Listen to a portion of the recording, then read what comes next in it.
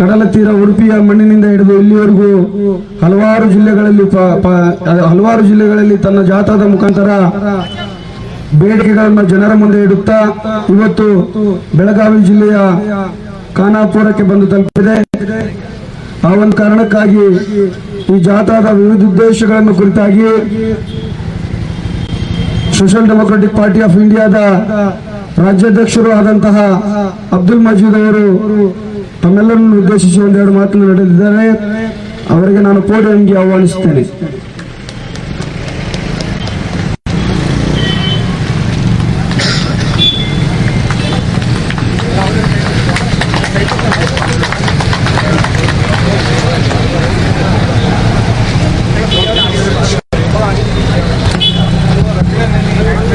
Social Democratic Party of India Karnataka ರಾಜ್ಯ ಸಮಿತಿಯ ವತಿಯಿಂದ ಡಿಸೆಂಬರ್ 10ರಿಂದ ಉಡುಪಿಯಿಂದ ಆರಂಭಗೊಂಡಂತಹ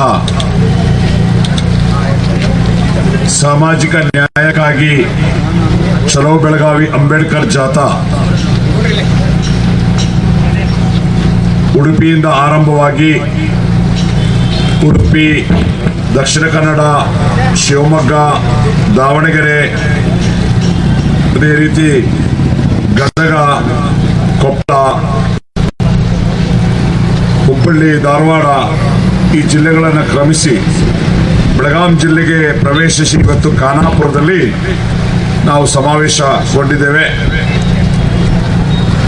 ಈ ಒಂದು ಸಭೆಯಲ್ಲಿ ವೇದಿಕೆಯಲ್ಲಿ ಉಪಸ್ಥಿತರಿರುವಂತಹ ಪಕ್ಷದ ರಾಜ್ಯ ನಾಯಕರುಗಳೇ,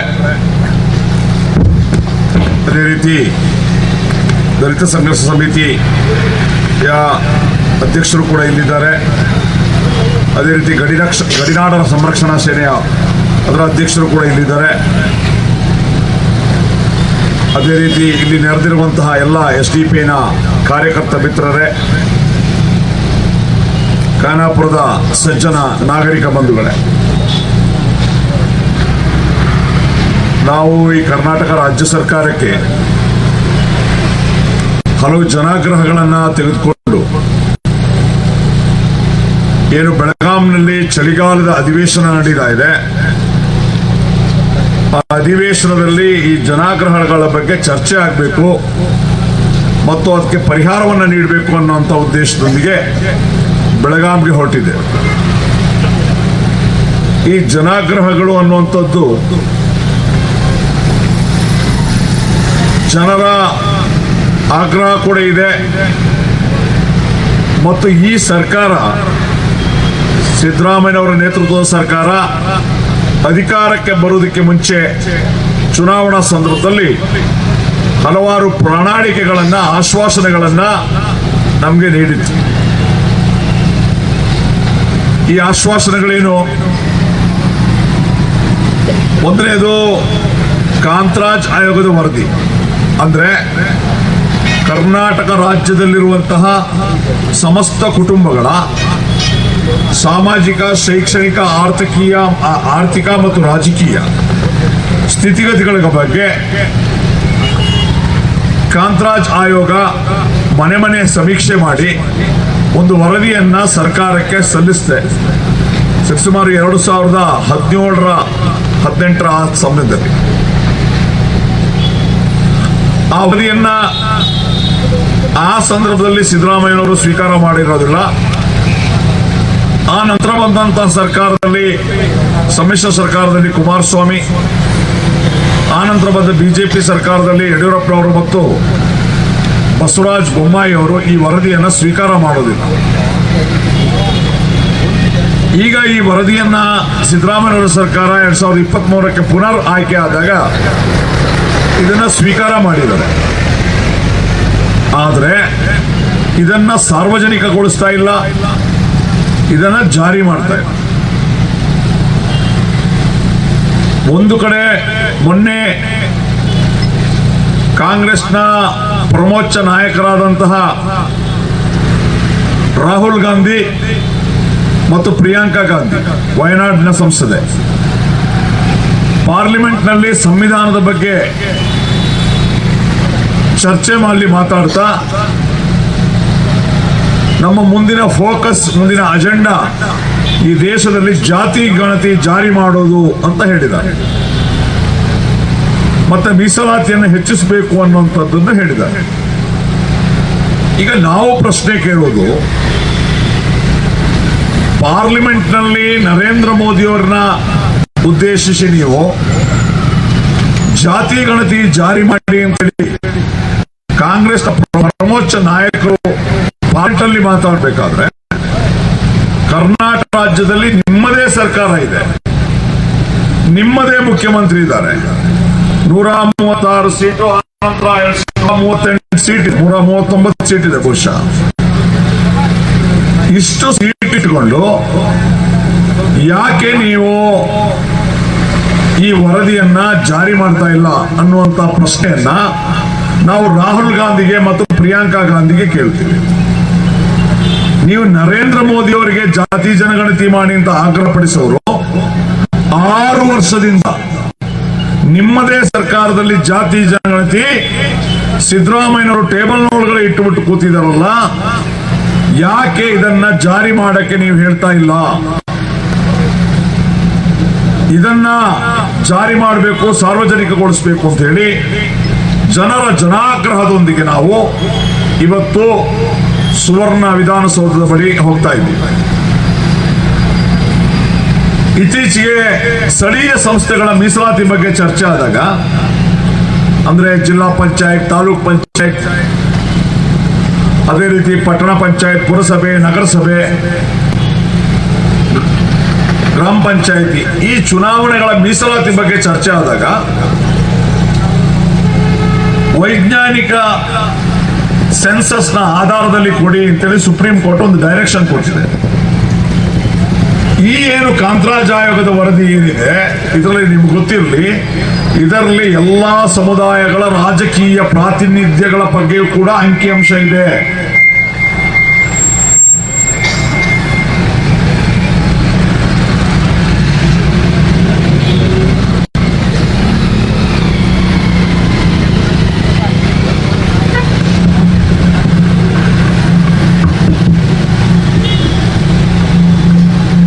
ಅಂದ್ರೆ ರಾಜಕೀಯ ಎಲ್ಲಾ ಸಮುದಾಯಗಳ ರಾಜಕೀಯ ಪ್ರಾತಿನಿಧ್ಯದ ಬಗ್ಗೆ ಅಂಕಿಅಂಶಗಳನ್ನ ಈ ಏನು ಕಾಂತರಾಜ್ ಆಯೋಗದ ವರದಿ ಅದರಲ್ಲಿ ಮೆನ್ಷನ್ ಆಗಿದೆ.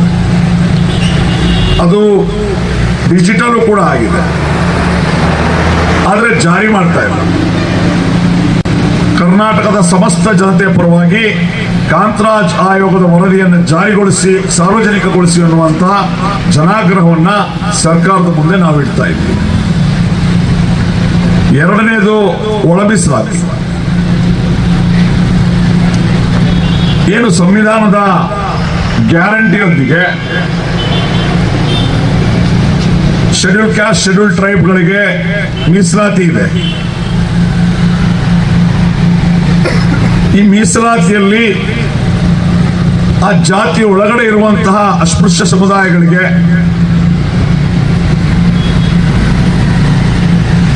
ಅದರಲ್ಲಿ ಒಳ ಮೀಸಲಾತಿ ಕೊಡಿ ಅನ್ನುವಂತಹ ಒಂದು ಕೂಗು ಇವತ್ತಿನದಲ್ಲ, ನಿನ್ನೆಯದಲ್ಲ, 35 ವರ್ಷದಿಂದ ಹೋರಾಟ ಮಾಡ್ತಾ ಇದ್ದಾರೆ.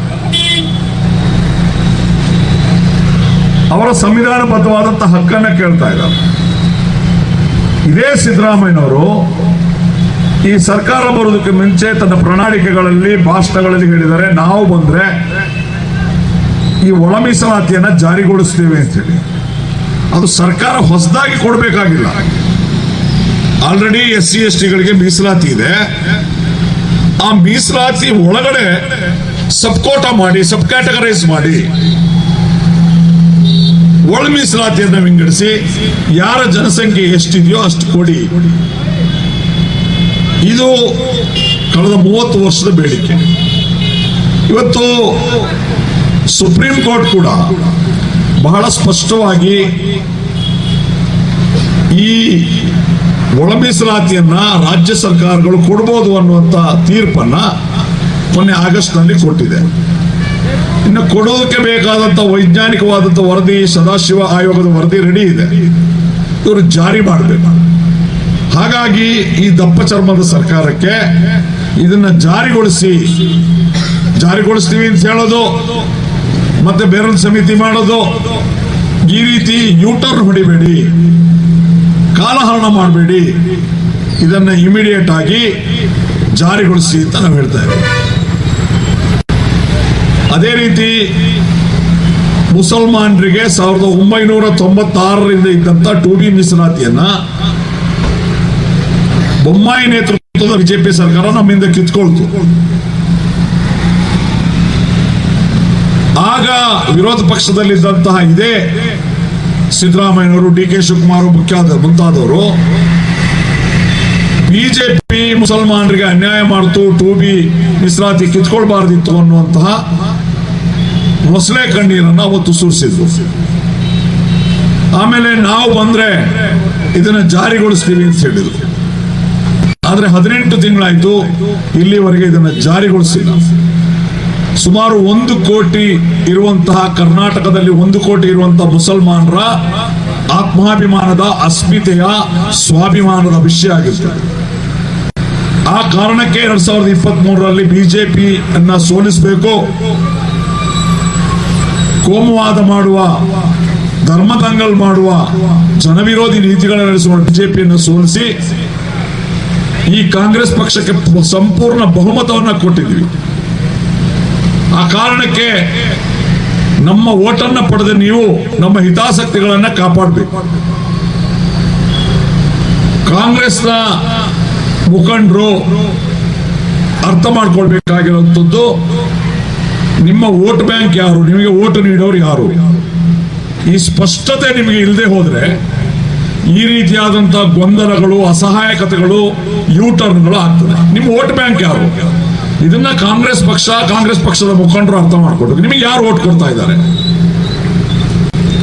ನಿಮಗೆ ವೋಟ್ ಕೊಡ್ತಾ ಇರುವಂತದ್ದು ಅಲ್ಪಸಂಖ್ಯಾತರು, ನಿಮಗೆ ವೋಟ್ ಪಡ್ತಾ ಇರುವಂತದ್ದು SC/ST ಸಮುದಾಯ, ನಿಮಗೆ ವೋಟ್ ಕೊಡುವಂತದ್ದು ಹಿಂದುಳಿದ ವರ್ಗಗಳು, ನಿಮಗೆ ಬಲಾಢ್ಯ ಜಾತಿಗಳು ನಿಮಗೆ ವೋಟ್ ಕೊಡ್ತಾ ಇಲ್ಲ. ನೀವು ಅರ್ಥ ಮಾಡ್ಕೊಳ್ಬೇಕು ಇದನ್ನ. ಸಣ್ಣ ಪುಟ್ಟ ವೋಟ್ ಕೊಡ್ಬೋದು, ವೋಟ್ ತೀರಾ ಕೊಡಲ್ಲ ಅಂತ ನಾನು ಹೇಳ್ತಾ ಇಲ್ಲ. ಪರ್ಸೆಂಟೇಜ್ ಆಫ್ ಇದನ್ನ ನೋಡಿದ್ರೆ majority of Congress voters are minorities, SC/STs and OBCs. But unfortunately ಈ ಕಾಂಗ್ರೆಸ್ಗೆ ಇದು ಅರ್ಥ ಆಗುದಿಲ್ಲ. ಈ ಕಾಂಗ್ರೆಸ್ ಈ ದೇಶದಲ್ಲಿ ಈ ರೀತಿ ಸರ್ವನಾಶ ಆಗ್ತಾ ಇರುವಂತದ್ದು, ಅಥವಾ ಅದು ಈ ರೀತಿ ನಮ್ಮಿಂದ ಹೋಗ್ತಾ ಇರುವಂತದ್ದು ಇದೆಯಲ್ಲ, ಅದಕ್ಕೆ ಕಾರಣ ಇದೆ. ಇವರ ವೋಟ್ ಬ್ಯಾಂಕ್ ಯಾರು, ಇವರ ವೋಟರ್ಸ್ ಯಾರು ಅನ್ನೋದನ್ನ ಪರಿಗಣಿಸಿದೆ ಯಾವುದಾದ್ರೂ ಒಂದು ಯೋಜನೆಗಳನ್ನ ತರಬೇಕಾದ್ರೆ ಬಲಾಢ್ಯ ಜಾತಿಗಳ ಪ್ರೆಸರ್ಗೆ, ಒತ್ತಡಕ್ಕೆ, ಲಾಬಿಗೆ ಮಣಿತಾರೆ. ಹಾಗಾಗಿನೇ ಮುಸಲ್ಮಾನ 2B ಮೀಸಲಾತಿ ತರ್ತಾ ಇಲ್ಲ, ಒಳ ಮೀಸಲಾತಿ ತರ್ತಾ ಇಲ್ಲ, ಕಾಂತರಾಜ್ ಆಯೋಗದ ವರದಿಯನ್ನು ಜಾರಿ ತರ್ತಾ ಇಲ್ಲ, ವಕ್ಫ್ನ ಭೂಮಿ ಬಗ್ಗೆ ಗಟ್ಟಿ ನಿರ್ಧಾರ ತೆಗೆದುಕೊಳ್ತಾ ಇಲ್ಲ, ಅಲ್ಪಸಂಖ್ಯಾತರಿಗೆ 10,000 ಕೋಟಿ ಬಡ್ಜೆಟ್ ಅನ್ನು ಕೊಡ್ತಾ ಇಲ್ಲ. ನಾನು ಕೇಳುವಂಥದ್ದು ಈ ಕಾಂಗ್ರೆಸ್ ಸರ್ಕಾರಕ್ಕೆ, ನಿಮಗೆ ತಲತಲಾಂತರದಿಂದ ವೋಟ್ ಕೊಟ್ಟು ನಿಮ್ಮನ್ನ ಗದ್ದುಗೆ ಕೂರಿಸಿದ ಈ ಸಮುದಾಯಗಳ ಬಗ್ಗೆ ಯಾಕೆ ನೀವು ನಿಷ್ಕಾಳಜಿ ವಹಿಸ್ತೀರಿ? ಯಾಕೆ ಕಾಳಜಿ ಇಲ್ಲ? ನಿಮ್ಮ ವೋಟ್ ಕೊಟ್ಟವ್ರಿಗೆ ನೀವು ಬೆಂಬಲಿಸಬೇಕಲ್ಲ, ನಿಮ್ಮ ವೋಟ್ ಕೊಟ್ಟವ್ರಿಗೆ ನೀವು ಯೋಜನೆಗಳನ್ನು ಕೊಡಬೇಕಲ್ಲ. ಅದು ಬಿಟ್ಟು ನಿಮ್ಮ ವಿರುದ್ಧವಾಗಿ ವೋಟ್ ಹಾಕುವ ಸಮುದಾಯಗಳ ಒತ್ತಡಕ್ಕೆ, ಹಿತಾಸಕ್ತಿಗಳಿಗೆ ನೀವು ಮಣಿತಾ ಇದ್ದೀರಿ. ಹಾಗಾಗಿ ಕರ್ನಾಟಕ ರಾಜ್ಯದ ಸಮಸ್ತ ಜನತೆಯ ಪರವಾಗಿ ಏನು ನಮ್ಮ ಬೇಡಿಕೆಗಳಿದೆ, 2B ಮೀಸಲಾತಿ ಮುಸಲ್ಮಾನರದು ಮರುಸ್ಥಾಪನೆ ಮಾಡುವುದರೊಂದಿಗೆ 8% ಏರಿಸಬೇಕು. ಯಾಕೆಂದ್ರೆ ಈ ದೇಶದ, ಈ ರಾಜ್ಯದ ಎಲ್ಲಾ ಹಿಂದುಳಿದ ವರ್ಗದ ಆಯೋಗಗಳು ಕೂಡ ಮುಸಲ್ಮಾನರು ಸಾಮಾಜಿಕವಾಗಿ, ಶೈಕ್ಷಣಿಕವಾಗಿ ಹಿಂದುಳಿದಿದ್ದಾರೆ ಅನ್ನುವಂತ ಮಾತನ್ನ ಹೇಳಿದ್ದಾರೆ. ಅದೇ ರೀತಿ SCP TSP ಹಣ SC/ST ಸಮುದಾಯಗಳಿಗೆ ಬಜೆಟ್ ನಲ್ಲಿ ವಿವಿಧ ಯೋಜನೆಗಳಲ್ಲಿ 24.1% ಕರ್ನಾಟಕದಲ್ಲಿ ರಿಸರ್ವೇಶನ್ ಇದೆ. ಅಂದ್ರೆ 1 ಲಕ್ಷ ಬಜೆಟ್ ಇಟ್ಟರೆ ಅದರಲ್ಲಿ 24,100 ರೂಪಾಯಿ SC/STಗಳಿಗೆ ಮೀಸಲಿಡಬೇಕು. SCPTSP ಪ್ರೋಗ್ರಾಮ್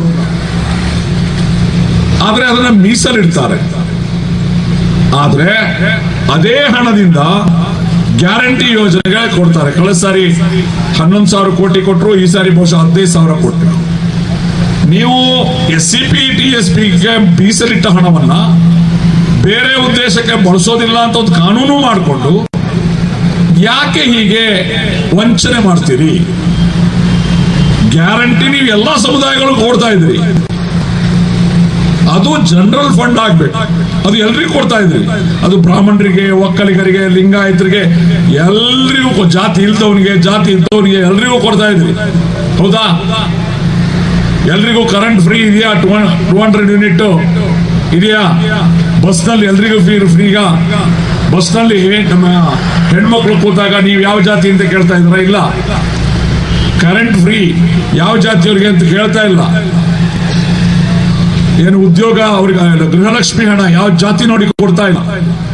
ಅದು ಎಲ್ರಿಗೂ ಕೊಡ್ತಾ ಇದ್ದಾರೆ. ಅದು ಜನರಲ್ ಫಂಡ್ ಆಗಬೇಕು. ಆ ಫಂಡ್ಗೆ ಬೇಕಾದ ಸಂಪನ್ಮೂಲವನ್ನ ಸರ್ಕಾರ ಕ್ರೋಢೀಕರಣ ಮಾಡಬೇಕು, ಅದು ಅವ್ರ ಜವಾಬ್ದಾರಿ. ಆದ್ರೆ SCPTSP ಹಣದಿಂದ ಕದಿಯುವಂತ ಕೆಲಸ ಮಾಡಬೇಡಿ. ಅದನ್ನು ಹಾಗೆ ಅವರ ಡೆವಲಪ್ಮೆಂಟ್ಗೆ ಕೊಡಿ ಅನ್ನುವಂತ ಒಂದು ಜನಾಗ್ರಹ SDP ಸರ್ಕಾರದ ಮುಂದೆ ಇಡುತ್ತದೆ. ಅದೇ ರೀತಿ ಖಾಸಗಿ ವಲಯದಲ್ಲಿ ಮೀಸಲಾತಿ ಇವತ್ತು ಏನಾಗಿದೆ, ಗೌರ್ಮೆಂಟ್ ಜಾಬ್ ಇಲ್ದಂಗಾಗಿದೆ. ಎಲ್ಲ ಕಾಂಟ್ರಾಕ್ಟ್ ಬೇಸಸ್ ಕೊಡೋದು ಅಥವಾ ಖಾಸಗೀಕರಣ ಮಾಡಿ ಗೌರ್ಮೆಂಟ್ ಜಾಬೇ ಇಲ್ಲ. ಹಾಗಾಗಿ ನಮ್ಮ ಯುವಕರಿಗೆ ಉದ್ಯೋಗಾವಕಾಶಗಳು ಸಿಗ್ತಾ ಇಲ್ಲ. ಪ್ರೈವೇಟ್ ಸೆಕ್ಟರ್ ನಲ್ಲಿ ಅವರು ರಿಸರ್ವೇಶನ್ ಕೊಡದೇ ಇರೋದ್ರಿಂದ ಈ ಸಮುದಾಯಗಳು ವಂಚನೆ ಆಗ್ತಾ ಇದೆ. ಹಾಗಾಗಿ ಖಾಸಗಿ ವಲಯದಲ್ಲಿ ಮೀಸಲಾತಿ ಕೊಡಿ. ಯಾಕೆ ಕೊಡಬೇಕು ಅಂತ ಹೇಳಿದ್ರೆ, ಈ ಖಾಸಗಿ ವಲಯದವರಿಗೆ ನಾವು ಅಂದ್ರೆ ರಾಜ್ಯ ಸರ್ಕಾರ ಭೂಮಿ ಕೊಡ್ತದೆ, ರಸ್ತೆ ಕೊಡ್ತದೆ, ಸೌಲಭ್ಯಗಳು ಕೊಡ್ತದೆ, ಟ್ಯಾಕ್ಸ್ ರಿಬೇಟ್ ಕೊಡ್ತದೆ, ಎಲ್ಲವನ್ನು ಕೊಡ್ತದೆ. ಹಾಗಾಗಿ ಖಾಸಗಿ ವಲಯದಲ್ಲಿ ಮೀಸಲಾತಿ ಕೊಟ್ಟು, ಈ ಮೀಸಲಾತಿ ಅಂತ ಅಂದ್ರೆ ಬರೀ SC/STಗಳಿಗೆ ಮಾತ್ರ ಅಲ್ಲ, ಕರ್ನಾಟಕ ರಾಜ್ಯದ ಎಲ್ಲ ವರ್ಗಗಳು ಕೂಡ ಮೀಸಲಾತಿ ಅಂಡರ್ನಲ್ಲಿ ಬರ್ತದೆ. ಹಿಂದುಳಿದ ವರ್ಗಕ್ಕೆ ಒಕ್ಕಲಿಗರು, ಲಿಂಗಾಯತರು ಎಲ್ಲರೂ ಸೇರ್ತಾರೆ. ಎಲ್ರಿಗೂ ಕೊಡಿ, ಅವರ ಜನಸಂಖ್ಯೆ ಆಧಾರದಲ್ಲಿ ಮೀಸಲಾತಿ ಕೊಡಿ ಎನ್ನುವಂತ ವಿಷಯವನ್ನು ಕೇಳ್ತೇವೆ. ಇನ್ನೊಂದು ಪಾಯಿಂಟ್, ವಕ್ಫ್ ಭೂಮಿ. ವಕ್ಫ್ ಭೂಮಿಯ ಬಗ್ಗೆ ಇವತ್ತು ತಪ್ಪು ಅಭಿಪ್ರಾಯಗಳನ್ನು ಮೂಡಿಸ್ತಾ ಇದ್ದಾರೆ ಬಿಜೆಪಿಯ ನಾಯಕರು, ಸುಳ್ಳು ಹೇಳ್ತಾ ಇದ್ದಾರೆ. ವಕ್ಫ್ ಭೂಮಿ ಅನ್ನುವಂಥದ್ದು ಅದು ಮುಸಲ್ಮಾನರ ಶ್ರೀಮಂತ ವರ್ಗ, ಮುಸಲ್ಮಾನರ ಶೈಕ್ಷಣಿಕ ಸಾಮಾಜಿಕ ಅಭಿವೃದ್ಧಿಗಾಗಿ ಕೊಟ್ಟಂತ ದಾನ. ಅದನ್ನ ಇವತ್ತು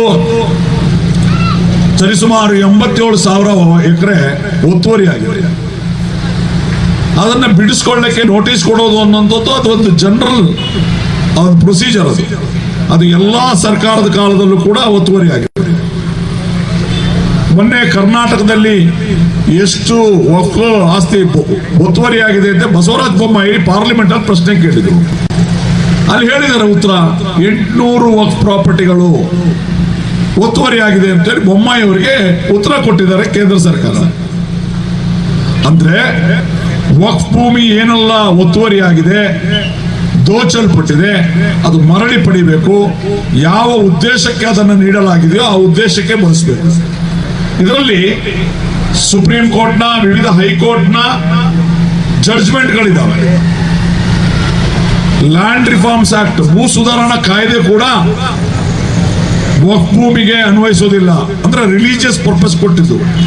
ಅದು ದೇವಸ್ಥಾನದ ಭೂಮಿ ಆಗಲಿ, ಮಠದ ಭೂಮಿ ಆಗಲಿ, ವಕ್ಫ್ನ ಭೂಮಿ ಆಗಲಿ, ಚರ್ಚ್ನ ಭೂಮಿ ಆಗಲಿ, ಗುರುದ್ವಾರದ ಭೂಮಿ ಆಗಲಿ, ಧಾರ್ಮಿಕ ಉದ್ದೇಶಗಳಿಗೆ ದಾನ ನೀಡಿದಂತಹ ಜಮೀನೇನಿದೆ ಅದು ಭೂ ಸುಧಾರಣಾ ಕಾಯ್ದೆ ಅನ್ವಯ ಆಗೋದಿಲ್ಲ ಅನ್ನುವಂತ ಹಲವಾರು ಜಡ್ಜ್ಮೆಂಟ್ಗಳಿವೆ. ಹಾಗಾಗಿ ಇವರು ದಿಕ್ಕು ತಪ್ಪಿಸ್ತಾ ಇದ್ದಾರೆ ಈ ಬಿಜೆಪಿ ನಾಯಕರು ರೈತರಿಗೆ. ರೈತರ ಭೂಮಿ ಹೊಡ್ಕೊಂಡ್ರು ಅಂತ ಹೇಳಿ ಸುಳ್ಳು ಹೇಳ್ತಿದ್ದಾರೆ. ನಿಮ್ಮ ನಿಮಗೆ ರೈತರ ಬಗ್ಗೆ ನಿಜವಾದ ಕಾಳಜಿ ಇದೆಯಾ? ನಾನು ಬಸವನಗೌಡ ಪಾಟೀಲ್, CT ರವಿ, ವಿಜಯೇಂದ್ರ ಇವರಿಗೆಲ್ಲ ಪ್ರಶ್ನೆ ಮಾಡ್ತೇನೆ, ನಿಜಕ್ಕೂ ನೀವು ರೈತರ ಬಗ್ಗೆ ಕಾಳಜಿ ಹೊಂದಿದ್ದೀರ? ನೀವು ಕಾಳಜಿ ಹೊಂದಿದ್ರೆ ಕರ್ನಾಟಕ ರಾಜ್ಯದಲ್ಲಿ form number 50, form number 53, form number 57 ಅಂದ್ರೆ ಬಗರ್ ಹುಕುಂ ಅಂದ್ರೆ ಸರ್ಕಾರದ ಭೂಮಿಯಲ್ಲಿ ಏನು ಉಳುಮೆ ಮಾಡ್ತಾ ಇರುವಂತ ರೈತರು ಅರ್ಜಿ ಹಾಕೊಂಡಿದ್ದಾರೆ ಸರ್ಕಾರಕ್ಕೆ. ಫಾರಂ ನಂಬರ್ 53, 54, 57, 53, 50 ಸುಮಾರು 10 ಲಕ್ಷ ಅರ್ಜಿ ಪೆಂಡಿಂಗ್ ಇದೆ ಸರ್ಕಾರದ ಮುಂದೆ. ತಹಶೀಲ್ದಾರ್ ಆಫೀಸಲ್ಲಿ, DC ಆಫೀಸಲ್ಲಿ ಕೊಡ್ತಾ ಇದೆ 10 ಲಕ್ಷ ಅರ್ಜಿ. ಇದು ಪ್ಯೂರ್ ಆದಂತ ಸರ್ಕಾರದ ಜಾಗ, ರೈತರು ಉಳುಮೆ ಮಾಡ್ತಾ ಇದ್ದಾರೆ. ಇದನ್ನ ಸಕ್ರಮ ಮಾಡಲಿಕ್ಕೆ ಈ ಬಿಜೆಪಿ ಅವರು ಹೋರಾಟ ಮಾಡ್ತಾ ಇಲ್ಲ. ಬಿಜೆಪಿಯ ಸರ್ಕಾರದ ಅವಧಿಯಲ್ಲೂ ಕೊಡ್ಲಿಲ್ಲ ಬಗರ್ ಹುಕುಂ ಭೂಮಿಯನ್ನ. ಹಾಗಾಗಿ ಇದನ್ನ ಮಾಡೋದು ಬಿಟ್ಟು ನೀವು ವಕ್ಫ್ ಭೂಮಿ ಬಗ್ಗೆ ಮಾತಾಡ್ತಾ ಇರುವಂತದ್ದು ಇದು ಮೊಸಳೆ ಕಣ್ಣೀರು. ರೈತರ ಬಗ್ಗೆ ನಿಜವಾದ ಕಾಳಜಿ ಇಲ್ಲ. 10 ಲಕ್ಷ ಅರ್ಜಿ ಬಗರ್ ಹುಕುಂ ಸಾಗುವಳಿದು. 10 ಲಕ್ಷ ಅರ್ಜಿ ಅಂತಂದ್ರೆ ಕನಿಷ್ಠ 2 ಎಕರೆ ಲೆಕ್ಕ ಹಾಕೊಂಡ್ರು ಕೂಡ 20 ಲಕ್ಷ ಎಕರೆ. ಎಲ್ಲಾ ಜನಾಂಗದವರು ಕೂಡ ಉಳುಮೆ ಮಾಡ್ತಾ ಇದ್ದಾರೆ. ಅದರಲ್ಲಿ ನಾನು ಅಂದಾಜು ಹೇಳಿದೆ 20 ಲಕ್ಷ ಎಕರೆ, ಯಾಕಂದ್ರೆ 10 ಲಕ್ಷ ಅರ್ಜಿ ಇದೆ. ಅದನ್ನು ಕೊಡೋದಕ್ಕೆ ಹೋರಾಟ ಮಾಡುವುದಿಲ್ಲ ಯತ್ನಾಳ್. ಈ ಮುಸಲ್ಮಾನರ ಆಸ್ತಿ ಏನು ವಶಪಡಿಸಿಕೊಂಡಿದ್ದಾರೆ ವಕ್ಫು, ಅದ್ರ ಬಗ್ಗೆ ಪ್ರತಿಭಟನೆ ಮಾಡುದು ಇದು ದಗಲ್ಬಾಜಿತನ, ಇದು ವಂಚನೆ. ರೈತರಿಗೆ ದ್ರೋಹ ಬಗೆತಾ ಇದ್ದಾರೆ, ರೈತರಿಗೆ ಮಿಸ್ಗೈಡ್ ಮಾಡ್ತಾ ಇದ್ದಾರೆ. ರೈತಾಪಿ ವರ್ಗ, ನಮ್ಮ ಅನ್ನದಾತರು ಈ ಮಿಸ್ಗೈಡ್ಗೆ ಒಳಗಬಾರದು. ನೀವು ಕೇಳಬೇಕಾಗಿರುವಂತದ್ದು ಸರ್ಕಾರಕ್ಕೆ, ಏನು 10 ಲಕ್ಷ ಅರ್ಜಿ ಬಗರ್ ಹುಕುಮಲ್ಲಿ ಇದೆ ಅದನ್ನ ಮಂಜೂರು ಮಾಡಿ, ಸಕ್ರಮ ಮಾಡಿ ಅನ್ನುವಂತ ಗಟ್ಟಿ ಧ್ವನಿಯನ್ನ ರೈತರು ಮತ್ತು ಬಾಕಿ ಉಳಿದಂತ ರಾಜಕಾರಣಿಗಳು ಮಾತಾಡಬೇಕು. ಈ ವಕ್ಫ್ ಭೂಮಿ ಸಂರಕ್ಷಣೆ ಆಗಬೇಕು. 1 ಇಂಚು ಭೂಮಿ ಕೂಡ ಯಾರಾದ್ರೂ ಒತ್ತುವರಿ ಮಾಡಿದ್ರೆ ಅದನ್ನ ವಾಪಸ್ ಪಡೆಯಬೇಕು ಅನ್ನುವಂತ ಜನಾಗ್ರಹವನ್ನ SDP ಇವತ್ತು ಮುಂದೆ ಇಡ್ತಾ ಇದೆ. ಹಾಗಾಗಿ ಎಲ್ಲ ಬೇಡಿಕೆಗಳನ್ನು ತೆಗೆದುಕೊಂಡು ನಾವು ಬೆಳಗಾವಿಗೆ ಹೋಗ್ತಾ ಇದೀವಿ. ಖಾನಾಪುರದ ಸಮಸ್ತ ಜನತೆ, ಇದು ಜನರ ಬೇಡಿಕೆ, ಎಲ್ಲಾ ಸಮುದಾಯಗಳ ಬೇಡಿಕೆ ಇದೆ. ಹಾಗಾಗಿ ನೀವೆಲ್ಲರೂ ಕೂಡ SDP ಹೋರಾಟಕ್ಕೆ ಬೆಂಬಲವನ್ನು ಕೊಡಬೇಕು. ಅದೇ ರೀತಿ ನೀವು ಬೆಳಗಾವಿಗೆ ನಾಳೆ ಬಂದು ಈ ಜನಾಗ್ರಹಗಳನ್ನು ಸರ್ಕಾರಕ್ಕೆ ಮುಟ್ಟಿಸುವಂತ ಕೆಲಸದಲ್ಲಿ ನಿಮ್ಮೆಲ್ಲರನ್ನ ಬೆಂಬಲವನ್ನು ಕೊಡಿ ಅಂತ ಕೇಳ್ತಾ, ಈ ಖಾನಾಪುರದ ಜನತೆ ನನಗೆ ಅವಕಾಶ ಮಾಡಿಕೊಟ್ಟ ಎಲ್ಲ ಮುಖಂಡರಿಗೂ, ಖಾನಾಪುರದ ಕಾರ್ಯಕರ್ತರಿಗೂ, ಎಲ್ಲ ಬಂಧು ಮಿತ್ರರಿಗೂ, ಇಲ್ಲಿನ ಸಜ್ಜನ ನಾಗರಿಕ ಬಂಧುಗಳಿಗೂ ವಂದಿಸ್ತಾ ನನ್ನ ಮಾತನ್ನು ಮುಗಿಸ್ತೇನೆ. ಜೈ ಹಿಂದ್, ಜೈ ಕರ್ನಾಟಕ, ಜೈ SDP. ಧನ್ಯವಾದಗಳು ರಾಜ್ಯಾಧ್ಯಕ್ಷರು ಆದಂತಹ ಅಬ್ದುಲ್ ಮಜೀದ್ ಮೈಸೂರು ಅವರಿಗೆ. ಚಲೋ ಬೆಳಗಾವಿ ಅಂಬೇಡ್ಕರ್ ಜಾಥಾ 2ರ ವಿವಿಧ ಉದ್ದೇಶಗಳನ್ನು ಕುರಿತಾಗಿ ವೇದಿಕೆಯಲ್ಲಿ ಆಸೀನರಾಗಿರುವಂತಹ ರಾಜಶೇಖರ್ ಹಿಂಡಲ್ಗಿ, DSS ಜಿಲ್ಲಾ ಪ್ರಧಾನ ಕಾರ್ಯದರ್ಶಿಗಳು ಬೆಳಗಾವಿಯವರು ನಮ್ಮೆಲ್ಲರನ್ನು ಉದ್ದೇಶಿಸಿ ಒಂದು 5 ನಿಮಿಷ ಮಾತಾಡಬೇಕಂತ ಹೇಳಿ ಅವರು ವಿನಂತಿಸ್ತಾರೆ.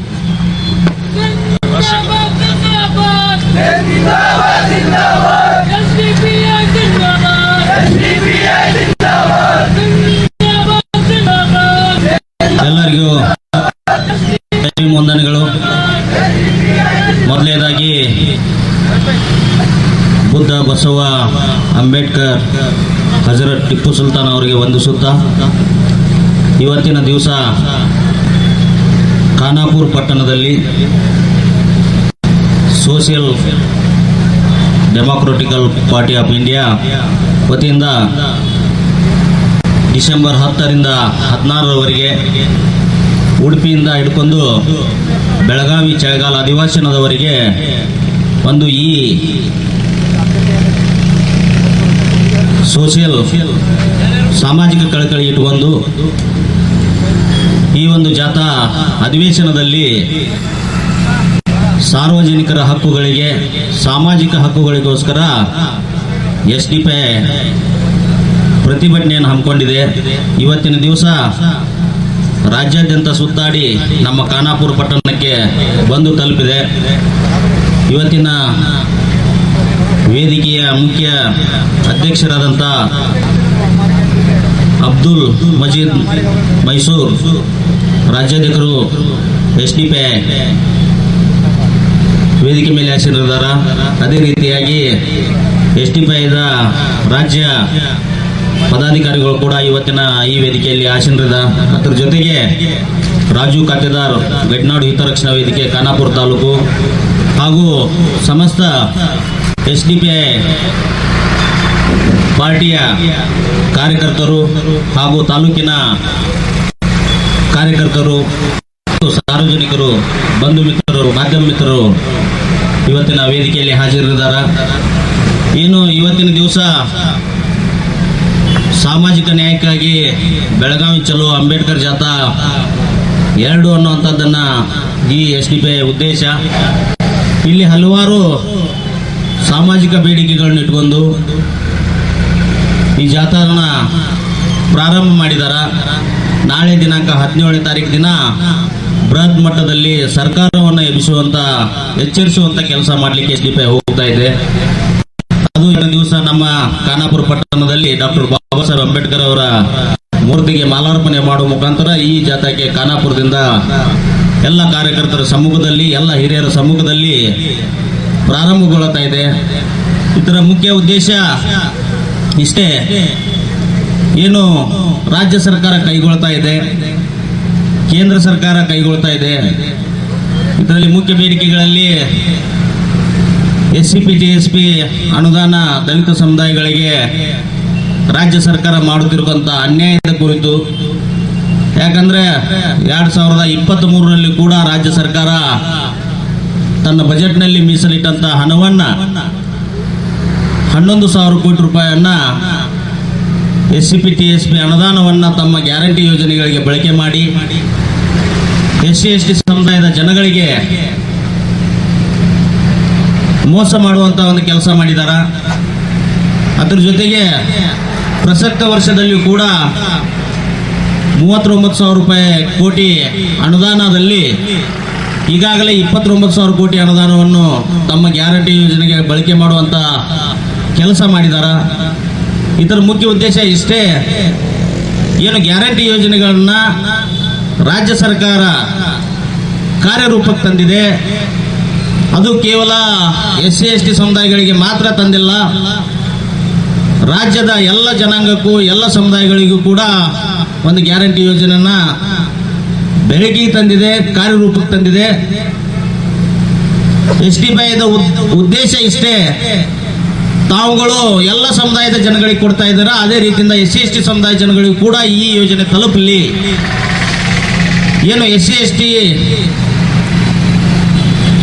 ಅಭಿವೃದ್ಧಿಗೋಸ್ಕರ ಇಟ್ಟಂತ ಹಣವನ್ನ ತಾವುಗಳು ಬಳಕೆ ಮಾಡ್ತಾ ಇದ್ದಾರ, ದಯವಿಟ್ಟು ಈ ಕೂಡಲೇ ಅದನ್ನ ಆ ಸಮುದಾಯಕ್ಕೆ ಮರಳಿಸಿ ಅವರ ಮೂಲಭೂತ ಸೌಲಭ್ಯಗಳಿಗೆ ಒದಗಿಸಬೇಕು ಅನ್ನುವಂಥದ್ದನ್ನ ಹಕ್ಕು ಒತ್ತಾಯ ಇವತ್ತು ಮಾಡಲಿಕ್ಕೆ ನಮ್ಮ SDPI ತಂಡ ಹೋಗ್ತಾ ಇದೆ.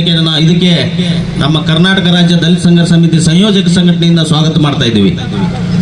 ಇದರ ಜೊತೆಗೆ ಸುಮಾರು ವರ್ಷಗಳಿಂದ, ಕೇವಲ 1-2 ವರ್ಷಗಳಲ್ಲ, 10 ವರ್ಷಗಳಲ್ಲ, ಸುಮಾರು 30 ವರ್ಷಗಳಿಂದ ನಮ್ಮ ಹಿರಿಯರು, ಕೆಲವೊಂದು ಸಂಘಟನೆಗಳು, ವಿವಿಧ ಸಂಘಟನೆಗಳು ಕೂಡ ಪ್ರತಿಭಟನೆಯನ್ನು ಮಾಡುತ್ತಾ ಕೇಂದ್ರ ಸರ್ಕಾರ ಹಾಗೂ ರಾಜ್ಯ ಸರ್ಕಾರವನ್ನು ಎಚ್ಚರಿಸುತ್ತಾ ಬಂದಿದೆ. ಇದರ ಪ್ರತಿಫಲವಾಗಿ ಸುಪ್ರೀಂ ಕೋರ್ಟ್ ಆಗಸ್ಟ್ ತಿಂಗಳಲ್ಲಿ ಆದೇಶ ಮಾಡಿದೆ, ಏನು ಒಳ ಮೀಸಲಾತಿ ಜಾರಿಯಾಗಬೇಕು, ಒಳ ಮೀಸಲಾತಿ ಅಡಿಯಲ್ಲಿ ಉಪಜಾತಿಗಳಿಗೆ ಸಮರ್ಪಕ ನ್ಯಾಯ ಸಿಗಬೇಕು ಅನ್ನುವಂಥ ಉದ್ದೇಶವನ್ನು ಇಟ್ಟುಕೊಂಡು ಈಗಾಗಲೇ ಸುಪ್ರೀಂ ಕೋರ್ಟ್ ಆದೇಶ ಮಾಡಿದೆ. ಅದು ಕೂಡ ಸುಪ್ರೀಂ ಕೋರ್ಟ್ ಹೇಳ್ತಾ ಇದೆ, ರಾಜ್ಯ ಸರ್ಕಾರಗಳಿಗೆ ಇದು ಬಿಟ್ಟಂತ ವಿಷಯ. ಈಗಾಗಲೇ ನಾವು ಈ ಆದೇಶವನ್ನ ಮಾಡಾಗಿದೆ, ಇದು ರಾಜ್ಯ ಸರ್ಕಾರಗಳು ತಮ್ಮ ವ್ಯಾಪ್ತಿಯಲ್ಲಿ ಇದನ್ನ ಜಾರಿಗೆ ತರಬೇಕು ಅನ್ನುವಂಥ ಉದ್ದೇಶನ ಸುಪ್ರೀಂ ಕೋರ್ಟ್ ಈಗಾಗಲೇ ಹೇಳಿಬಿಟ್ಟಿದೆ. ಆದ್ರೆ ರಾಜ್ಯ ಸರ್ಕಾರ ಏನ್ ಮಾಡ್ತಾ ಇದೆ, ಕೇವಲ ಮೂಗಿಗೆ ತುಪ್ಪ ಒರೆಸುವಂತ ಕೆಲಸ ಮಾಡ್ತಾ ಇದೆ. ಅದಕ್ಕೆ ಮಾನ್ಯ ಸಿದ್ದರಾಮಯ್ಯ ಸಾಹೇಬರಿಗೆ ಈ ಒಂದು SDPI ಪ್ರತಿಭಟನೆ ಮೂಲಕ ಎಚ್ಚರಿಕೆ ನೀಡ್ತಾ ಇದ್ದೀವಿ, ಎಚ್ಚರಿಸ್ತಾ ಇದ್ದೀವಿ. ಮಾನ್ಯ ಮುಖ್ಯಮಂತ್ರಿಗಳೇ, ತಾವುಗಳು ಸುಪ್ರೀಂ ಕೋರ್ಟ್ ಆದೇಶವನ್ನು ಎತ್ತಿ ಹಿಡಿದು ಏನು 30 ವರ್ಷಗಳಿಂದ ಸುಮಾರು ಸಂಘಟನೆಗಳ SC/ST ಸಮುದಾಯಗಳ ಸಂಘಟನೆಗಳು ಹೋರಾಟದ ಫಲವಾಗಿ ಇವತ್ತು ಈ ಆದೇಶ ಸುಪ್ರೀಂ ಕೋರ್ಟ್ ಹೊರಡಿಸಿದೆ. ದಯವಿಟ್ಟು ತಾವುಗಳು ತಮ್ಮ ಸರ್ಕಾರದ ತಮ್ಮ ಅವಧಿಯಲ್ಲಿ, ತಮ್ಮ ಅಧಿಕಾರ ಅವಧಿಯಲ್ಲಿ ಈ ಕೂಡಲೇ ಇದನ್ನ ಒಳ ಮೀಸಲಾತಿ ಜಾರಿ ಮಾಡಬೇಕನ್ನುವಂಥದ್ದನ್ನ SDPI ತಂಡ ನಾಳೆ ದಿನ ಎಚ್ಚರಿಕೆ ನೀಡ್ತಾ ಇದೆ.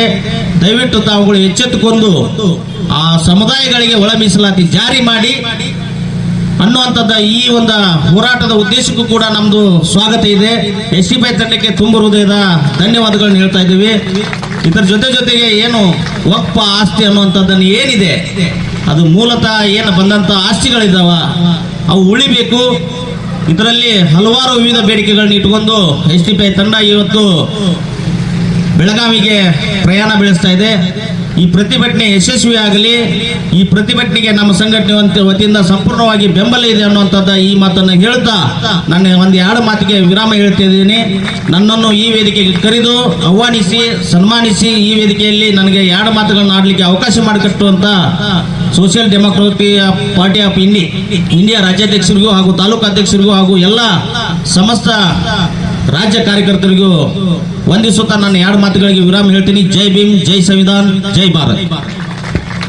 ಧನ್ಯವಾದಗಳು ರಾಜಶೇಖರ ಹಿಂಡಲ್ಗಿ DSS ಜಿಲ್ಲಾ ಪ್ರಧಾನ ಕಾರ್ಯದರ್ಶಿ ಬೆಳಗಾವಿ ಅವರಿಗೆ. ಈ ಒಂದು ಜಾಥಾದ ವಿವಿಧ ಉದ್ದೇಶಗಳನ್ನು ಉದ್ದೇಶಿಸಿ ಮಾತನಾಡಲಿಕ್ಕಿದ್ದಾರೆ ರಾಜ್ಯ ಪ್ರಧಾನ ಕಾರ್ಯದರ್ಶಿಗಳು. ಈ ಜಾಥಾದ ಸಹ ಸಂಚಾಲಕರು ಆದಂತಹ ಅಫ್ಸರ್ ಕುರ್ಲಿಪೇಟೆ ಅವರನ್ನು ನಾನು ಪೋಡಿಯಂಗೆ ಆಹ್ವಾನಿಸುತ್ತೇನೆ. ವೇದಿಕೆಯಲ್ಲಿ ಆಸೀನರಾಗಿರುವಂತಹ ಸೋಷಿಯಲ್ ಡೆಮೊಕ್ರೆಟಿಕ್ ಪಾರ್ಟಿ ಆಫ್ ಇಂಡಿಯಾದ ರಾಜ್ಯಾಧ್ಯಕ್ಷರಾದ ಅಬ್ದುಲ್ ಮಜೀದ್ ಮೈಸೂರ್ ಅವರೇ, ದಲಿತ ಸಂಘರ್ಷ ಸಮನ್ವಯ ಸಮಿತಿಯ ಜಿಲ್ಲಾಧ್ಯಕ್ಷರೇ, ಗಡಿನಾರ ರಕ್ಷಣಾ ವೇದಿಕೆಯ ಅಧ್ಯಕ್ಷರಾದ ರಾಜೂರವರೇ, ಮತ್ತು ನನ್ನ ಮುಂದೆ ನಮ್ಮ ಈ ಸಂದೇಶವನ್ನು ಕೇಳಲಿಕ್ಕೆ ಆಗಮಿಸಿರುವಂತಹ ಪಕ್ಷದ ಕಾರ್ಯಕರ್ತರೇ, ಹಿತೈಷಿಗಳೇ, ಧ್ವನಿವರ್ಧಕದ ಮುಖಾಂತರ ನನ್ನ ಧ್ವನಿಯನ್ನು ಆಲಿಸ್ತಾ ಇರುವಂತಹ ಎಲ್ಲ ಖಾನಾಪುರದ ಪ್ರಜ್ಞಾವಂತ ನಾಗರಿಕ ಬಂಧುಗಳೇ, ಈಗಾಗಲೇ ನಮ್ಮ ಈ ಜಾಥಾದ ಉದ್ದೇಶವನ್ನ ಕುರಿತು ನಮ್ಮ ರಾಜ್ಯಾಧ್ಯಕ್ಷರು ನಿಮ್ಮ ಮುಂದೆ ವಿಚಾರವನ್ನು ಮಂಡಿಸಿದ್ದಾರೆ. ನಾನು ಆ ಬಗ್ಗೆ ಮತ್ತೆ ರಿಪೀಟ್ ಮಾಡೋದಿಲ್ಲ. ಕೆಲವೊಂದು ವಿಚಾರಗಳನ್ನು ಮಾತ್ರ ಹೇಳಿ ನಾನು ನನ್ನ ಭಾಷಣಕ್ಕೆ ಕೊನೆಗೊಳಿಸ್ತೇನೆ. ಅದಕ್ಕಿಂತ ಮುಂಚಿತವಾಗಿ ಒಂದು ವಿಶೇಷವಾದ ಮೇರು ವ್ಯಕ್ತಿತ್ವವನ್ನು ನಾನು ಇಡೀ ರಾಜ್ಯ ದೇಶಕ್ಕೆ ಒಂದು ಪರಿಚಯಿಸಲಿಕ್ಕೆ ನಾನು ಇಷ್ಟಪಡ್ತಾ ಇದ್ದೇನೆ. ಈ ಖಾನಾಪುರದ ಮಣ್ಣಿನಿಂದ ಮಾಧ್ಯಮಗಳ ಮತ್ತು ಲೈವ್ ಮುಖಾಂತರ ಒಂದು ವಿಶೇಷ ಮೇರು ವ್ಯಕ್ತಿತ್ವವನ್ನು ಪರಿಚಯಿಸ್ತಾ ಇದ್ದೇನೆ. ಆ ಮೇರು ವ್ಯಕ್ತಿತ್ವ ಬೇರೆ ಯಾರೂ ಅಲ್ಲ, ಇಲ್ಲಿ ಕುಳಿತಿರುವಂತಹ ಈ ಪುಟಾಣಿ ಮಗು. ಕ್ಯಾಮ್ರಾ ಸ್ವಲ್ಪ ಆ ಕಡೆ ತೋರಿಸಿ. ಯಾಕೆ ಈ ಮೇರು ವ್ಯಕ್ತಿತ್ವ, ಯಾಕೆ ಆ ಮಗುವನ್ನ ನಾವು ಕರೆದು ಸ್ಟೇಜಲ್ಲಿ ಕೂರಿಸಿದೀವಿ ಗೊತ್ತಾ? ವಿಚಾರ ಹೇಳ್ತೇನೆ ನಾನು. ಯಾವ ಉದ್ದೇಶಕ್ಕಾಗಿ ಈ ರಾಜ್ಯದ ದಲಿತ, ದಮನಿತ, ಶೋಷಿತ, ಮರ್ದಿತ ವರ್ಗಗಳ ಸಾಮಾಜಿಕ ನ್ಯಾಯಕ್ಕಾಗಿ ಚಲೋ ಬೆಳಗಾಂ ಅಂಬೇಡ್ಕರ್ ಜಾಥಾ 2ನ ನಾವು ಪ್ರಿಪರೇಷನ್ ಅಲ್ಲಿ ಇಸಬೇಕಾದ್ರೆ ಈ ಜಾಥಾಕ್ಕೆ ಹಲವಾರು ಖರ್ಚು ವೆಚ್ಚಗಳು ತಗಲುತ್ತೆ. ಇದಕ್ಕೆ ಫಂಡ್ ಬೇಕಾಗುತ್ತೆ, ಡೀಸೆಲ್ ಬೇಕಾಗುತ್ತೆ, ಮೈಕ್ ಸೆಟ್ಗೆ ಬಾಡಿಗೆ ಕೊಡಬೇಕು, 6 ದಿನ 7 ದಿನಗಳು ಟ್ರಾವೆಲ್ ಮಾಡಬೇಕಾದ್ರೆ ಊಟ ತಿಂಡಿಯ ವ್ಯವಸ್ಥೆ ಮಾಡಬೇಕು. ಈ ಜನರ ಆಗ್ರಹಗಳನ್ನು ತಗೊಂಡು ನಾವು ಸರ್ಕಾರಕ್ಕೆ ತಲುಪಿಸಬೇಕಾದ್ರೆ ಜನರಿಂದಲೇ ನಾವು ದೇಣಿಗೆಯನ್ನು ಸಂಗ್ರಹಿಸಬೇಕು ಅಂತ ಹೇಳಿ ನಾವು ಪಕ್ಷದ ನಿಧಿ ಸಂಗ್ರಹ ಅಭಿಯಾನಕ್ಕೆ ಕರೆ ಕೊಟ್ಟಾಗ ಈ ಖಾನಾಪುರ ಮಣ್ಣಿನಿಂದ ತನ್ನ ಆಟಿಕೆ ವಸ್ತುಗಳನ್ನು ಖರೀದಿಸಲಿಕ್ಕೆ 1 ರೂಪಾಯಿ 50 ಪೈಸೆ, 2 ರೂಪಾಯಿ 5 ರೂಪಾಯಿ ಹಣವನ್ನ, ಗೋಲಕದಲ್ಲಿ ಕೂಡಿಟ್ಟ ಹಣವನ್ನ ಈ ಜಾಥಾದ ಉದ್ದೇಶ ನಾವು ಈಡೇರಿಸಲಿಕ್ಕೆ ಬೇಕಾಗಿ ಪಕ್ಷದ ನಿಧಿ ಸಂಗ್ರಹಕ್ಕೆ ದೇಣಿಗೆ ನೀಡಿದಂತ ಪುಟ್ಟ ಮಗು ಈ ಇಸ್ಮತ್. ನಿಜವಾಗ್ಲೂ ಕೂಡ ನಾವು ಸಲ್ಯೂಟ್ ಮಾಡಬೇಕು. ಆ ಮಗುವಿನ ಮನೋಭಾವ ನೋಡಿ, ಆ ಮಗುವಿನ ಸೇವಾ ಮನೋಭಾವ ನೋಡಿ. ಇವತ್ತು ಮಕ್ಕಳಿಗೆ 5 ರೂಪಾಯಿ ಕೊಟ್ರೆ ಒಂದು ಕ್ಯಾಡ್ಬರಿ ಚಾಕ್ಲೇಟ್ ತಗೊಂಡು ಯಾವಾಗ ಎಷ್ಟು ಬೇಗ ಆಗುತ್ತೆ ಅಷ್ಟು ಬೇಗ ಖರ್ಚು ಮಾಡಲಿಕ್ಕೆ ಪ್ರಯತ್ನ ಪಡ್ತಾರೆ. 1 ವರ್ಷ 6 ತಿಂಗಳುಗಳ ಕಾಲ ಗೋಲಕ ಡಬ್ಬಿಯಲ್ಲಿ ಚಿಲ್ಲರೆ ಹಣವನ್ನ ಕೂಡಿಟ್ಟ ಹಣವನ್ನ ಈ ಪಕ್ಷದ ಸಾಮಾಜಿಕ ನ್ಯಾಯದ ಉದ್ದೇಶಕ್ಕಾಗಿ ದಾನ ನೀಡುವಂತದ್ದಿದೆಯಲ್ಲ, ಆ ಏನು ಹಣವನ್ನ ಪುಟ್ಟ ಮಗು ನಮ್ಮ ದೇಣಿಗೆಯಾಗಿ ನೀಡಿದೆ ಅದು ವಜ್ರ ವೈಡೂರ್ಯಕ್ಕಿಂತ ಹೆಚ್ಚಿನ ಮೌಲ್ಯವುಳ್ಳದ್ದು. ಅರ್ಥ ಮಾಡ್ಕೊಳ್ಬೇಕು. ನಾವು ಯಾವ ಸಂದೇಶವನ್ನ ಹೊತ್ತು ಬೆಳಗಾವಿಗೆ ಹೊರಡ್ತಾ ಇದ್ದೇವೋ, ಮುಂದೆ ಆ ಮಗು ದೊಡ್ಡವಳಾಗಿ ಶಾಲೆಯಲ್ಲಿ ಕಲಿತು ಡಿಗ್ರಿ ಹೋಲ್ಡರ್ ಆಗಿ ಮಾಸ್ಟರ್ ಡಿಗ್ರಿ ಹೋಲ್ಡರ್ ಆಗಿ ಹೊರಗೆ ಬಂದ್ರೆ ಅವಳಿಗೆ ಜಾಬ್ ಸಿಗುವಂತಹ ಸಂದರ್ಭ ಇಲ್ಲ. ಹಾಗಾಗಿ social Democratic Party of India ಆ ಮಗುವಿನ ಭವಿಷ್ಯ ಉಜ್ವಲ ಆಗಲಿ ಅಂತ ಹೇಳಿ ಖಾಸಗಿ ಕ್ಷೇತ್ರದಲ್ಲಿ ಮೀಸಲಾತಿ ತರಬೇಕಂತ ನಾವು ಆಗ್ರಹ ಮಾಡ್ತಾ ಇದ್ದೇವೆ. ಹಾಗಾಗಿ ಆ ಮಗುವಿನ ಭವಿಷ್ಯಕ್ಕಾಗಿ ನಾವು ಇವತ್ತು ಧ್ವನಿ ಏನೆತ್ತಾ ಇದ್ದಾವೆ, ಆ ಧ್ವನಿಗೆ ಆ ಮಗು ಇವತ್ತೇ ದೇಣಿಗೆಯನ್ನು ನೀಡಿದೆ. ಎಷ್ಟೊಂದು ಉತ್ತಮವಾದಂತ ಉದಾತ್ತ ವ್ಯಕ್ತಿತ್ವ, ಮೇರು ವ್ಯಕ್ತಿತ್ವ. ಆತ್ಮೀಯ ಸಹೋದರರೇ, ಹಣ ಎಂದರೆ ಹೆಣವು ಬಾಯ್ಬಿಡ್ತದೆ. ಹಣ ಇಲ್ಲದೆ ಏನು ನಡೆಯಲ್ಲ. ಇವತ್ತು ಬಲಾಢ್ಯ ರಾಜಕೀಯ ಪಕ್ಷಗಳು ಕಾರ್ಪೊರೇಟ್ ಕುಳಗಳಿಂದ ಕಪ್ಪವನ್ನ ಪಡೆದು ಅವರಿಗೆ ಬೇಕಾದಂತಹ ಫೇವರೇಬಲ್ ಪಾಲಿಸಿಯನ್ನು ಮಾಡ್ತಾರೆ. ಇವತ್ತು ಈ ದೇಶದ Adani the most wanted criminal, ಅಮೆರಿಕಾದಿಂದ ರೆಡ್ ಕಾರ್ನರ್ ನೋಟಿಸ್ ಜಾರಿಯಾಗೋದು ಮಾತ್ರ ಬಾಕಿ ಇರುವಂತದ್ದು. ಅವರಿಗೆ ಬೇಕಾಗಿ ನರೇಂದ್ರ ಮೋದಿ ಅವರು ಖಾಸಗಿ ಫ್ಲೈಟ್ ನಲ್ಲಿ, ಖಾಸಗಿ ಜೆಟ್ ಅಲ್ಲಿ ಪ್ರಯಾಣವನ್ನ ಮಾಡ್ತಾರೆ. ಯಾಕೆ? ಅವರು ಬಲಾಢ್ಯರು, ಅವರು ಹಣವಂತರು. ಅದೇ ಸಂದರ್ಭದಲ್ಲಿ ಇಲ್ಲಿ ಗಡಿನಾರ ರಕ್ಷಣಾ ವೇದಿಕೆ ಅಧ್ಯಕ್ಷರು ರಾಜು ಅವರು ಇದ್ದಾರೆ. ಅವರಿಗೆ ಕೇಳಿ ನೋಡಿ, ಕರ್ನಾಟಕಕ್ಕೆ ಕರ್ನಾಟಕ ಏಕೀಕರಣವಾಗಿ ಅಥವಾ ಈ ದೇಶಕ್ಕೆ ಸ್ವಾತಂತ್ರ್ಯ ಬಂದು 75 ವರ್ಷಗಳು ಕಳಿತು ಈ ಗಡಿನಾಡು ಉದ್ಧಾರ ಆಗಿದೆಯಾ? ಈ ಗಡಿನಾಡು ಅಭಿವೃದ್ಧಿ ಆಗಿದೆಯಾ? ನಿಮ್ಮ ಖಾನಾಪುರದಲ್ಲಿರುವಂತಹ ಎಷ್ಟು ಜನರಿಗೆ ಪಕ್ಕಾ ಮನೆಗಳಿವೆ? ಎಷ್ಟು ಜನರ ಮನೆಯಲ್ಲಿ ಉದ್ಯೋಗಸ್ಥರಿದ್ದಾರೆ? ಇವತ್ತಿಗೂ ಕೂಡ ಒಪ್ಪತ್ತಿನ ಕೂಲಿಗೂ ಕೂಡ ಗೋಳಾಡುವಂತ ಜನರು ಇಲ್ಲಿ ವಾಸಿಸ್ತಾ ಇದ್ದಾರೆ. ಸರ್ಕಾರಗಳು ಇವರ ಬಗ್ಗೆ ಪಾಲಿಸಿಯನ್ನು ಮಾಡಬೇಕಾಗಿತ್ತು. ಸರ್ಕಾರಗಳು ನಮ್ಮನ್ನ ಆಳ್ತಾ ಇರುವಂತಹ ಜನಪ್ರತಿನಿಧಿಗಳು, ಮಿನಿಸ್ಟರ್ಗಳು, ಮುಖ್ಯಮಂತ್ರಿಗಳು ಅವರ ಬಗ್ಗೆ ಮಾತಾಡಲಿಕ್ಕೆ ಅವರಿಗೆ ಪುರ್ಸತ್ತಿಲ್ಲ. ಯಾಕೆ ಅಂತ ಹೇಳಿದ್ರೆ ಇವತ್ತಿನ ಕಾಲಘಟ್ಟದಲ್ಲಿ ಸರ್ಕಾರದ ತಪ್ಪು ನೀತಿಗಳನ್ನು ಎಚ್ಚರಿಸುವಂತಹ ವಿರೋಧ ಪಕ್ಷಗಳು ಕಾಣೆಯಾಗಿವೆ. ಆ ವಿರೋಧ ಪಕ್ಷದ ಸ್ಥಾನವನ್ನ social Democratic Party of India ಬಹಳ ಜವಾಬ್ದಾರಿಯುತವಾಗಿ ನಾವು ನಿರ್ವಹಿಸ್ತಾ ಇದ್ದೇವೆ. ಇದು ಈ ಮುಂದಿನ ಮಕ್ಕಳ ಭವಿಷ್ಯಕ್ಕಾಗಿ ನಾವು ಇವತ್ತು ಧ್ವನಿಯನ್ನೆತ್ತಾ ಇರುವಂತದ್ದು. ಅಬ್ದುಲ್ ಮಜೀದ್ ಅವರ ಮನೆಗೆ ಅಥವಾ ನನ್ನ ಮನೆಗೆ, ರಾಜೂರವರ ಮನೆಗೆ ನಾವು ಧ್ವನಿ ಎತ್ತಾ ಇಲ್ಲ. ಮುಂದಿನ ನಮ್ಮ ಮಕ್ಕಳ ಭವಿಷ್ಯ ಉಜ್ವಲ ಆಗ್ಬೇಕಂತ ಹೇಳಿದ್ರೆ ಇವತ್ತು ನಾವು ಈ ದಪ್ಪ ಚರ್ಮದ ಸರ್ಕಾರ, ಚಳಿಯಲ್ಲಿರುವಂತಹ ಸರ್ಕಾರದ ಚಳಿಯನ್ನ ಬೀಳಿಸ್ಲಿಕ್ಕೆ ನಾವು ಬೆಳಗಾವಿಗೆ ಹೋಗ್ತಾ ಇದ್ದೇವೆ. ಚಳಿಗಾಲದ ಅಧಿವೇಶನದಲ್ಲಿ ಚಳಿ ಕಾಯಿಸಿಕೊಳ್ತಾ ಇರುವಂತಹ ಸರ್ಕಾರದ ಮಿನಿಸ್ಟರ್ಗಳು, ಮುಖ್ಯಮಂತ್ರಿಗಳಿಗೆ ಈ ಖಾನಾಪುರದ ಮಣ್ಣಿನಿಂದ ಒಂದು ಎಚ್ಚರಿಕೆಯ ಸಂದೇಶವನ್ನು ನಾವು ನೀಡ್ತಾ ಇದ್ದೇವೆ. ಇನ್ನೇನು 20-30 ಕಿಲೋಮೀಟರ್ಗಳ ಡಿಸ್ಟೆನ್ಸ್ ಮಾತ್ರ ಇರುವಂತದ್ದು ಮಂಗಳೂರು ಉಡುಪಿಯ ಅರಬ್ಬಿ ಸಮುದ್ರದ ಕಿನಾರೆಯಿಂದ ಹೊರಟಿರುವಂತಹ ಈ ಸಾಮಾಜಿಕ ನ್ಯಾಯಕ್ಕಾಗಿ ಆಗ್ರಹಿಸಿ ಚಲೋ ಅಂಬೇಡ್ಕರ್ ಜಾಥಾ ನಾವು ತಲುಪಲಿಕ್ಕೆ ಇನ್ನೂ 30 ಕಿಲೋಮೀಟರ್ ಬಾಕಿ ಉಳಿದಿದೆ. ಈ ಚಳಿಗಾಲದ ಅಧಿವೇಶನದಲ್ಲಿ ನಾವು ಜನರ ಪರವಾಗಿ ನಿಮ್ಮ ಮುಂದೆ ಇರ್ತಾ ಇರುವಂತಹ ಆಗ್ರಹಗಳನ್ನ ನೀವು ಪೂರ್ತಿ ಮಾಡಲಿಲ್ಲ ಅಂತ ಹೇಳಿದ್ರೆ ಮುಂದಿನ ಚುನಾವಣೆಯಲ್ಲಿ ನಿಮಗೆ ತಕ್ಕ ಪಾಠವನ್ನು ರಾಜ್ಯದ ಜನರು ಕಲಿಸಲಿಕ್ಕಿದ್ದಾರೆ ಎಂಬ ಎಚ್ಚರಿಕೆಯನ್ನು ನಾವು ನೀಡ್ತಾ ಇದ್ದೇವೆ. ಇನ್ನು ಕಾಲ ಮಿಂಚಿಲ್ಲ. ನಾವು ಈ ಜಾಥಾಕ್ಕೆ ಒಂದು ಸ್ಲೋಗನ್ ಅನ್ನ ಇಟ್ಟಿದ್ದೇವೆ, ಯು ಟರ್ನ್ ರಾಜ್ಯ ಸರ್ಕಾರ. ತಾವು ಕೇಳ್ಬೋದು, ಏನಪ್ಪ ಯು ಟರ್ನ್ ಮಾಡ್ಬಿಟ್ರು ಸಿದ್ದರಾಮಯ್ಯನವರು? ಯಾವ ಯು ಟರ್ನ್ ಆಗಿದೆ? ನೀವು ತಿಳ್ಕೊಳ್ಬೇಕಾದಂತ ವಿಚಾರಕ್ಕೆ ನಾನು ಹೇಳ್ತಾ ಇದ್ದೇನೆ. ಕಾಂಗ್ರೆಸ್ ಸರ್ಕಾರ ಅಧಿಕಾರಕ್ಕೆ ಬರೋದಕ್ಕಿಂತ ಮುಂಚೆ ಬಿಜೆಪಿಯ ಬಸವರಾಜ ಬೊಮ್ಮಾಯಿ ಅವರ ನೇತೃತ್ವದಲ್ಲಿ ಕರ್ನಾಟಕದಲ್ಲಿ ಏನು ಬಿಜೆಪಿ ಆಡಳಿತದಲ್ಲಿತ್ತು, ಆ ಸಂದರ್ಭದಲ್ಲಿ ಇದೇ ಸಿದ್ದರಾಮಯ್ಯನವರು, ಇದೇ DK ಶಿವಕುಮಾರ್ ಅವರು ಈ ರಾಜ್ಯದ ಅಲ್ಪಸಂಖ್ಯಾತರಿಗೆ ಹಲವಾರು ಭರವಸೆಗಳನ್ನು ಕೊಟ್ಟಿದ್ರು. ಈ ರಾಜ್ಯದ ಅಲ್ಪಸಂಖ್ಯಾತರ ಪರವಾಗಿ ಹಲವಾರು ಭಾಷಣಗಳನ್ನು ಮಾಡಿದ್ರು. ಆ ಭಾಷಣಗಳಲ್ಲಿ ಒಂದೆರಡು ಮಾತನ್ನ ಮಾತ್ರ ಹೇಳ್ತಾ ಇದ್ದೇನೆ. ಆ ಭಾಷಣಕ್ಕೂ ಆ ಭರವಸೆಗೂ ಇವತ್ತು ಇವರು ಹೊರಟಿರುವಂತ ಯು ಟರ್ನಿಗೂ ಯಾವ ರೀತಿಯಾಗಿ ಕನೆಕ್ಟಿವಿಟಿ ಇದೆ ಅಂತ ಹೇಳಿ ತಿಳ್ಕೊಂಡ್ರೆ ಯಾಕೆ ನಾವು ಈ ಸ್ಲೋಗನ್ ಅನ್ನ ಇಟ್ಟಿದ್ದೀವಿ ಅಂತ ಹೇಳಿ ನಿಮಗೆ ಅರ್ಥ ಆಗ್ತದೆ. ಬೀದರ್ನಲ್ಲಿ ನಡೆದಂತಹ ಕಾಂಗ್ರೆಸ್ನ ಒಂದು ಸಭೆಯಲ್ಲಿ ಮುಖ್ಯಮಂತ್ರಿ ಸಿದ್ದರಾಮಯ್ಯನವರು ಕೂಡ ವೇದಿಕೆಯಲ್ಲಿದ್ರು.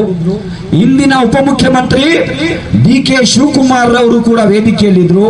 ಆ ಸಂದರ್ಭದಲ್ಲಿ ಒಂದು ಭರವಸೆಯನ್ನ ಇವರು ನೀಡಿದ್ರು.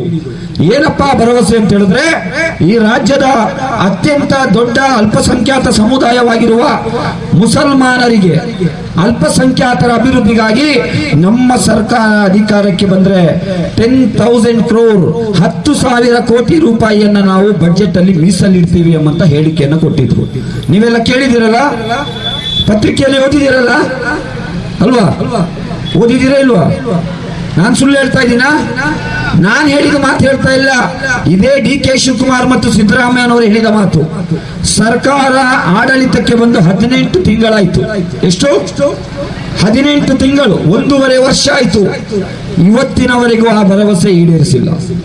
ಮಾಧ್ಯಮದವರು ಪ್ರಶ್ನೆ ಕೇಳ್ತಾರೆ ಮುಖ್ಯಮಂತ್ರಿಗಳಿಗೆ, ನೀವು ಅಲ್ಪಸಂಖ್ಯಾತರಿಗೆ 10,000 ಕೋಟಿ ಬಜೆಟ್ ಮೀಸಲಿಡ್ತೀವಿ ಅಂತ ಹೇಳಿದ್ರಲ್ಲ, ಯಾಕೆ ನೀವು ಪೂರ್ತಿ ಮಾಡಲಿಲ್ಲ ಅಂತ ಹೇಳಬೇಕಾದ್ರೆ ಸಿದ್ದರಾಮಯ್ಯನವರು ಯೂಟರ್ನ್ ನೋಡಿದ್ದಾರೆ. ಯೂಟರ್ನ್ ಏನ್ ಹೇಳ್ತಾರೆ ಅಂತ ಹೇಳಿದ್ರೆ, ನಾನು ಆ ರೀತಿ ಹೇಳಲಿಲ್ಲ, ನಾನು ಹೇಳಿದ್ದು 5 ವರ್ಷದ ಅವಧಿಯಲ್ಲಿ 10,000 ಕೋಟಿ ಕೊಡ್ತೇನೆ ಅಂತ ಹೇಳಿ. ಮಾನ್ಯ ಸಿದ್ದರಾಮಯ್ಯನವರೇ, ಈ ರಾಜ್ಯದ ಅಲ್ಪಸಂಖ್ಯಾತರು ನಿಮ್ಮ ಬಳಿ ಭಿಕ್ಷೆ ಬೇಡಲಿಕ್ಕೆ ಬಂದಿರಲಿಲ್ಲ.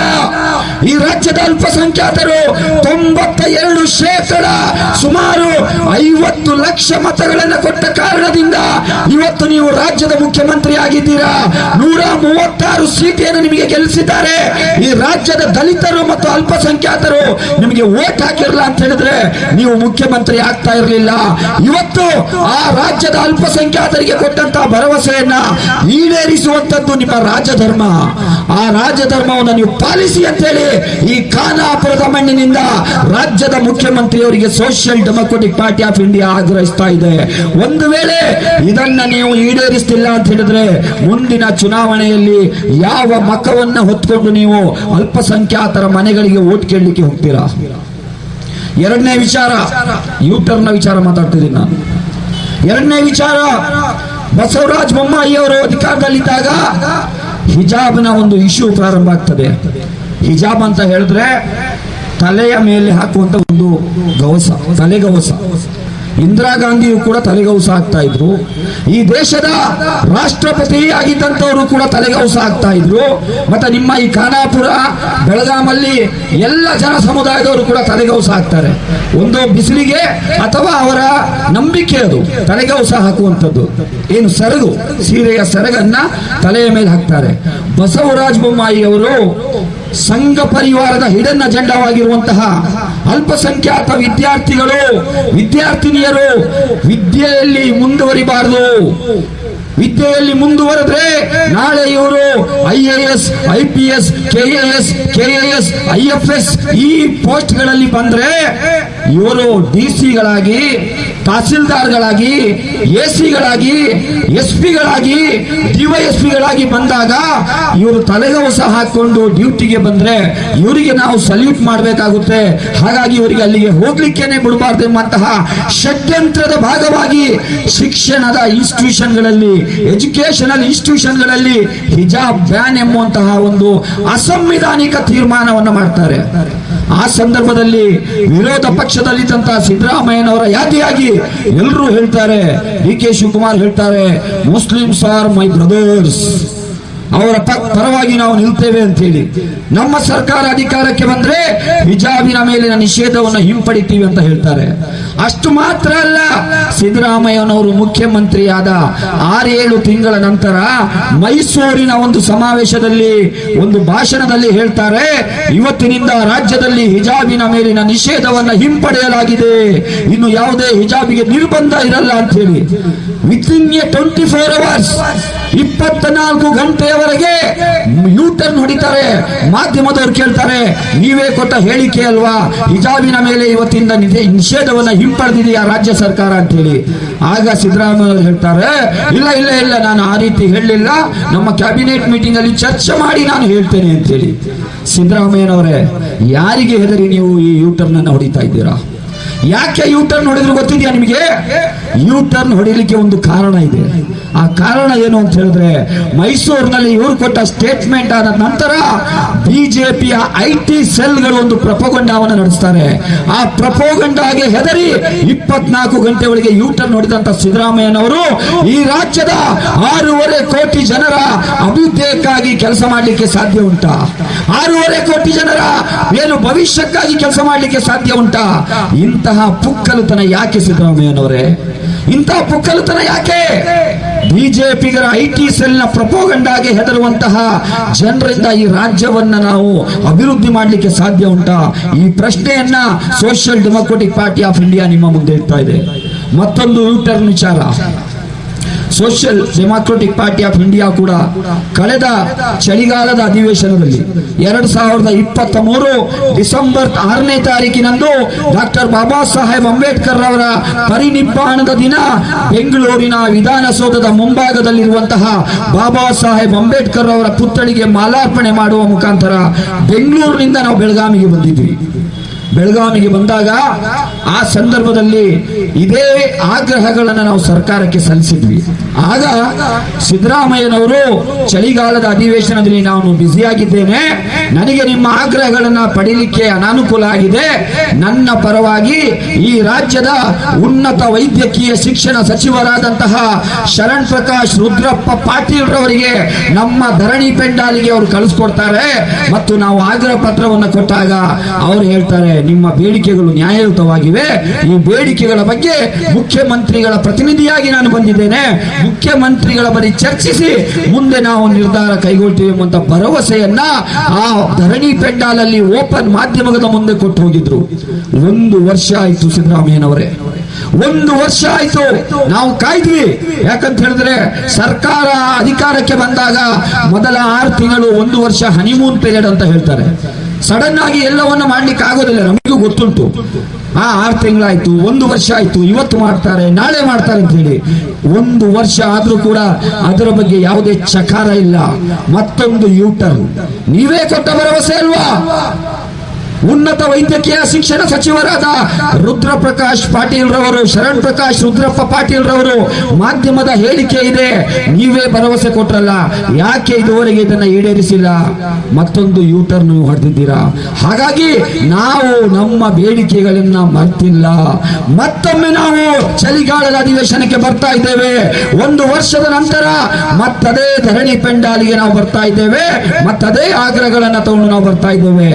ನಮ್ಮ ಹೋರಾಟ ಒಂದು ತಾರ್ಕಿಕ ಅಂತ್ಯ ಕಾಣುವವರೆಗೂ ಕೂಡ ನಾವು ವಿರಮಿಸುವವರಲ್ಲ. Social Democratic Party of India ಇಂತಹ ನ್ಯಾಯಯುತವಾದಂತಹ ಜನರ ಆಗ್ರಹಗಳನ್ನು ಇಟ್ಕೊಂಡು ಬೆಳಗಾಂನತ್ತ ಹೊರಟಿರ್ಬೇಕಾದ್ರೆ ನೀವೆಲ್ಲರೂ ಕೂಡ ನಮಗೆ ಬೆಂಬಲಿಸಬೇಕಲ್ವಾ? ಬೆಂಬಲಿಸ್ತೀರಾ? ಹೇಗೆ? ಕೈ ಎತ್ತುವ ಮುಖಾಂತರ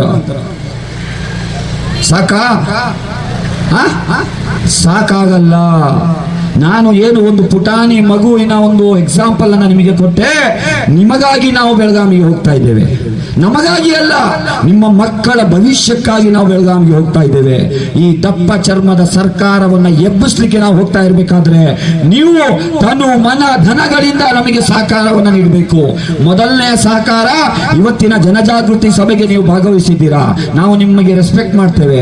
ಆದ್ರೆ ನಿಮ್ಮ ಜೇಬಿನಿಂದ 1 ರೂಪಾಯಿ, 10 ರೂಪಾಯಿ, 100 ರೂಪಾಯಿ, 1000 ರೂಪಾಯಿ, ನಿಮ್ಮ ಹತ್ರ ಎಷ್ಟು ಶಕ್ತಿ ಇದೆ ಅಷ್ಟು ಹಣವನ್ನ ಈ ಜಾಥಾದ ವಾಲಂಟಿಯರ್ಸ್ಗಳು ನಿಮ್ಮ ಬಳಿ ಬಂದಾಗ ಅದಕ್ಕೆ ದೇಣಿಗೆಯನ್ನು ನೀಡುವ ಮುಖಾಂತರವೂ ಕೂಡ ನೀವು ನಮಗೆ ಬೆಂಬಲಿಸಬೇಕು.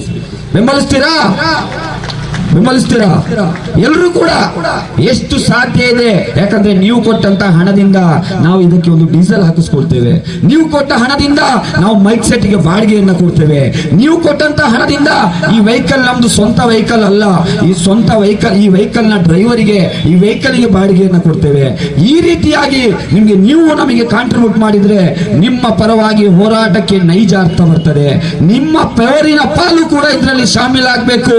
ನಾವೆಲ್ಲರೂ ಕೂಡ ದುಡಿಯುವ ವರ್ಗದ ಜನರು. ನಮಗೆ ಯಾವುದೇ ಟಾಟಾ ಬಿರ್ಲಾ ಅಂಬಾನಿಗಳ ದೇಣಿಗೆಯನ್ನು ತಗೊಂಡು ನಾವು ಪಕ್ಷವನ್ನು ನಡೆಸ್ತಾ ಇಲ್ಲ.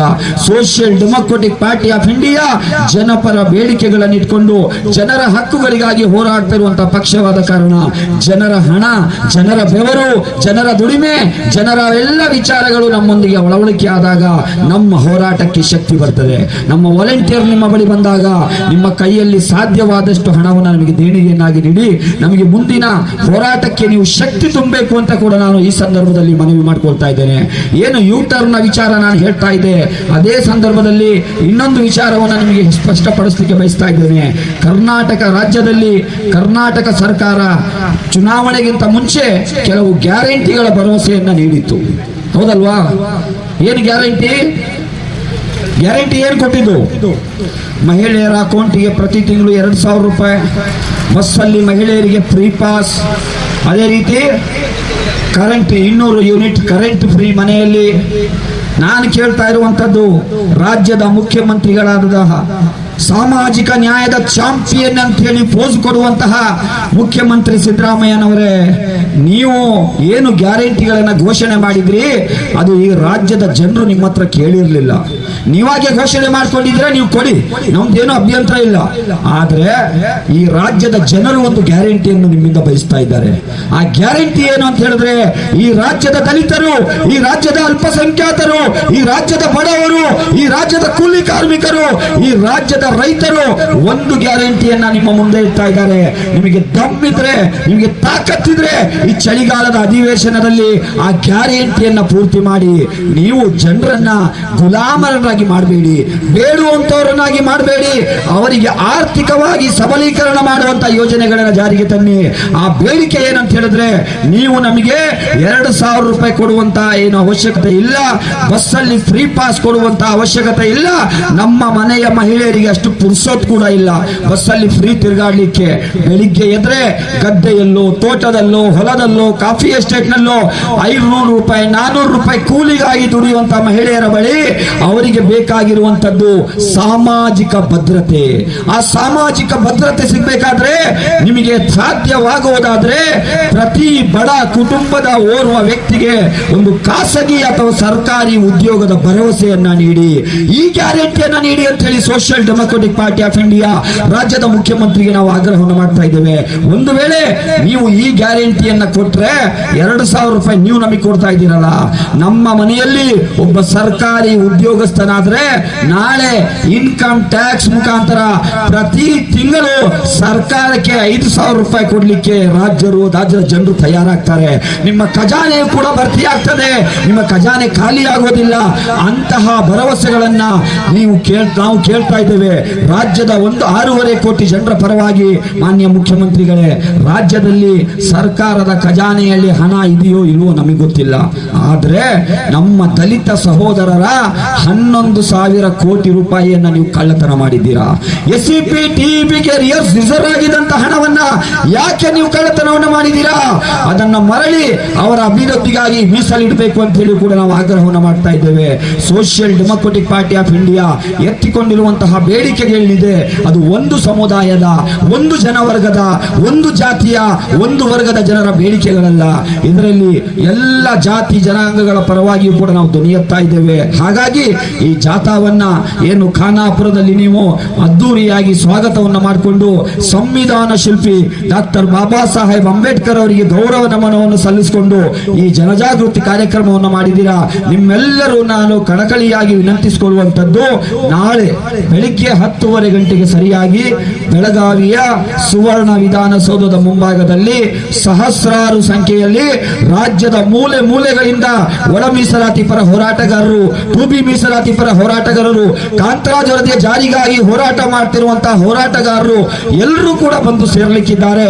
ನೀವು ಕೂಡ ನಿಮ್ಮ ಕುಟುಂಬಿಕರನ್ನು ಕೂಡ ಕರೆದುಕೊಂಡು, ನಿಮಗೆ ಹತ್ರ ಇದೆ ಬೆಳಗಾವಿ, ನೀವು ಕೂಡ ಬೆಳಗಾವಿಯ ಸುವರ್ಣ ವಿಧಾನಸೌಧದ ಮುಂಭಾಗಕ್ಕೆ ಬರಬೇಕು. ಆ ಮೂಲಕ ನಮ್ಮ ಈ ಹೋರಾಟದ ರಥವನ್ನ ತಾರ್ಕಿಕ ಅಂತ್ಯಕ್ಕೆ ಕೊಂಡೋಗ್ಲಿಕ್ಕೆ ನಿಮಗೆ ಶಕ್ತಿ ತುಂಬಬೇಕು ಎಂಬಂತಹ ಆಗ್ರಹದೊಂದಿಗೆ ಕೊನೆಯದಾಗಿ ನಮ್ಮ ಈ ಜಾಥಾದ ಬೇಡಿಕೆಗಳ ಬಗ್ಗೆ, ಕೆಲವು ಆಗ್ರಹಗಳ ಬಗ್ಗೆ ಒಂದು ಸಣ್ಣ ಕ್ರಾಂತಿ ಗೀತೆಯನ್ನು ಹಾಡುವ ಮುಖಾಂತರ ನಾನು ನನ್ನ ಮಾತಿಗೆ ನಾನು ವಿರಾಮವನ್ನು ಹಾಕ್ತಾ ಇದ್ದೇನೆ. ತಾವೆಲ್ಲರೂ ಕೂಡ ಕೋರಸ್ ಕೂಡ ಕೊಡಬೇಕು. जिंदाबाद जिंदाबाद जिंदाबाद एसडीपी जिंदाबाद एसडीपी जिंदाबाद जिंदाबाद जिंदाबाद जिंदाबाद जिंदाबाद एसडीपी जिंदाबाद एसडीपी जिंदाबाद ಎಲ್ಲಿಂದ ಬಂದಿರೆಂದು ಕೇಳಬಹುದು ನೀವು, ಎಲ್ಲಿಂದ ಬಂದಿರೆಂದು ಕೇಳಬಹುದು ನೀವು, ಎಲ್ಲಿಂದ ಬಂದಿರೆಂದು ಕೇಳಬಹುದು ನೀವು, ಎಲ್ಲಿಂದ ಬಂದಿರೆಂದು ಕೇಳಬಹುದು ನೀವು. ಜನರ ನಡುವಿನಿಂದ ಎಂದು ಹೇಳುತ್ತೇವೆ ನಾವು, ಜನರ ನಡುವಿನಿಂದ ಎಂದು ಹೇಳುತ್ತೀವಿ ನಾವು, ಜನರ ನಡುವಿನಿಂದ ಎಂದು ಹೇಳುತ್ತೇವೆ ನಾವು, ಜನರ ನಡುವಿನಿಂದ ಎಂದು ಹೇಳುತ್ತೇವೆ ನಾವು. ಮತ್ತೆ ಪಯಣ ಎಲ್ಲಿಗೆಂದು ಕೇಳಬಹುದು ನೀವು, ಮತ್ತೆ ಪಯಣ ಎಲ್ಲಿಗೆಂದು ಕೇಳಬಹುದು ನೀವು, ಮತ್ತೆ ಪಯಣ ಎಲ್ಲಿಗೆಂದು ಕೇಳಬಹುದು ನೀವು, ಮತ್ತೆ ಪಯಣ ಎಲ್ಲಿಗೆಂದು ಕೇಳಬಹುದು ನೀವು. ಬೆಳಗಾವಿ ಕಡೆಗೆ ಎಂದು ಹೇಳುತ್ತೇವೆ ನಾವು, ಬೆಳಗಾವಿ ಕಡೆಗೆ ಎಂದು ಹೇಳುತ್ತೀವಿ ನಾವು. ಬೆಳಗಾವಿಗೆ ಯಾಕೆ ಎಂದು ಕೇಳಬಹುದು ನೀವು, ಬೆಳಗಾವಿಗೆ ಯಾಕೆ ಎಂದು ಕೇಳಬಹುದು ನೀವು, ಬೆಳಗಾವಿಗೆ ಯಾಕೆ ಎಂದು ಕೇಳಬಹುದು ನೀವು, ಬೆಳಗಾವಿಗೆ ಯಾಕೆ ಎಂದು ಕೇಳಬಹುದು ನೀವು. ಒಳ ಮೀಸಲು ಕೇಳಲೆಂದು ಹೇಳುತ್ತೇವೆ ನಾವು, ಒಳ ಮೀಸಲು ಕೇಳಲೆಂದು ಹೇಳುತ್ತೇವೆ ನಾವು. ಬೆಳಗಾವಿಗೆ ಏಕೆ ಎಂದು ಕೇಳಬಹುದು ನೀವು, ಬೆಳಗಾವಿಗೆ ಯಾಕೆ ಎಂದು ಕೇಳಬಹುದು ನೀವು. ಟೂಬಿ ಮೀಸಲು ಕೇಳಲೆಂದು ಹೇಳುತ್ತೇವೆ ನಾವು, ಟೂಬಿ ಮೀಸಲು ಕೇಳಲೆಂದು ಹೇಳುತ್ತೇವೆ ನಾವು. ಕಾಂತರಾಜ್ ವರದಿ ಜಾರಿಗೆಂದು ಹೇಳುತ್ತೇವೆ ನಾವು, ಕಾಂತರಾಜ್ ವರದಿ ಜಾರಿಗೆಂದು ಹೇಳುತ್ತೇವೆ ನಾವು. ವಕ್ಫ್ ಆಸ್ತಿ ರಕ್ಷಣೆಗೆಂದು ಹೇಳುತ್ತೇವೆ ನಾವು, ವಕ್ಫ್ ಆಸ್ತಿ ರಕ್ಷಣೆಗೆಂದು ಹೇಳುತ್ತೇವೆ ನಾವು. ಬಜೆಟ್ನಲ್ಲಿ 10 ಲಕ್ಷ ಕೋಟಿ ಮೀಸಲಿಗೆಂದು ಹೇಳುತ್ತೇವೆ ನಾವು, ಬಜೆಟ್ನಲ್ಲಿ ಮೀಸಲಿಡಿ ಎಂದು ಕೇಳುತ್ತೇವೆ ನಾವು. ಖಾಸಗಿ ವಲಯದಲ್ಲಿ ಮೀಸಲು ಕೇಳಲು ನಾವು, ಖಾಸಗಿ ವಲಯದಲ್ಲಿ ಮೀಸಲು ಕೇಳಲು ನಾವು. ಎಸಿಪಿಟಿಪಿ ಹಣವನ್ನು ಕದಯಬೇಡಿ ಎಂದು ಹೇಳಲು ನಾವು, ಎಸ್ಪಿ ಹಣವನ್ನು ಕದೆಯಬೇಡಿ ನೀವು. ಬೆಳಗಾವಿಗೆ ಯಾಕೆ ಎಂದು ಕೇಳಬಹುದು ನೀವು, ಬೆಳಗಾವಿಗೆ ಯಾಕೆ ಎಂದು ಕೇಳಬಹುದು ನೀವು. ವನ್ನು ಕೇಳಲೆಂದು ನಾವು, ಸಾಮಾಜಿಕ ನ್ಯಾಯವನ್ನು ಕೇಳಲೆಂದು ನಾವು.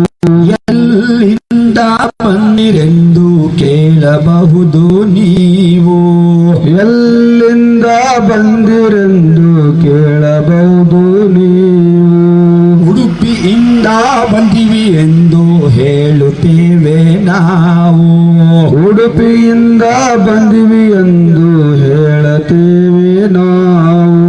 ಜಾರಿಯಾಗಲಿ ಜಾರಿಯಾಗಲಿ ಜಾರಿಯಾಗಲಿ ಜಾರಿಯಾಗಲಿ, ಒಳ ಮೀಸಲಾತಿ ಜಾರಿಯಾಗಲಿ, ಒಳ ಮೀಸಲಾತಿ ಜಾರಿಯಾಗಲಿ, ಏರಿಕೆಯಾಗಲಿ ಏರಿಕೆ ಏರಿಕೆಯಾಗಲಿ ಏರಿಕೆಯಾಗಲಿ ಏರಿಕೆಯಾಗಲಿ ಟೂಬಿ ಮೀಸಲಾತಿ ಏರಿಕೆಯಾಗಲಿ ಟೂಬಿ ಮೀಸಲಾತಿ ಏರಿಕೆಯಾಗಲಿ ಜಾರಿಯಾಗಲಿ ಜಾರಿಯಾಗಲಿ ಜಾರಿಯಾಗಲಿ ಕಾಂತರಾಜ್ ವರದಿ ಜಾರಿಯಾಗಲಿ ಕಾಂತರಾಜ್ ವರದಿ ಜಾರಿಯಾಗಲಿ ರಕ್ಷಣೆಯಾಗಲಿ ರಕ್ಷಣೆಯಾಗಲಿ ರಕ್ಷಣೆಯಾಗಲಿ ಸಂರಕ್ಷಣೆಯಾಗಲಿ ವಕ್ಫ್ ಭೂಮಿ ರಕ್ಷಣೆಯಾಗಲಿ ವಕ್ಫ್ ಭೂಮಿ ಸಂರಕ್ಷಣೆಯಾಗಲಿ ಜಾರಿಯಾಗಲಿ ಜಾರಿಯಾಗಲಿ ಜಾರಿಯಾಗಲಿ ಜಾರಿಯಾಗಲಿ ಒಳ ಮೀಸಲಾತಿ ಜಾರಿಯಾಗಲಿ ಒಳ ಮೀಸಲಾತಿ ಜಾರಿಯಾಗಲಿ ಏರಿಕೆಯಾಗಲಿ ಏರಿಕೆಯಾಗಲಿ ಏರಿಕೆಯಾಗಲಿ ಏರಿಕೆಯಾಗಲಿ ಟೂಬಿ ಮೀಸಲಾತಿ ಏರಿಕೆಯಾಗಲಿ ಟೂಬಿ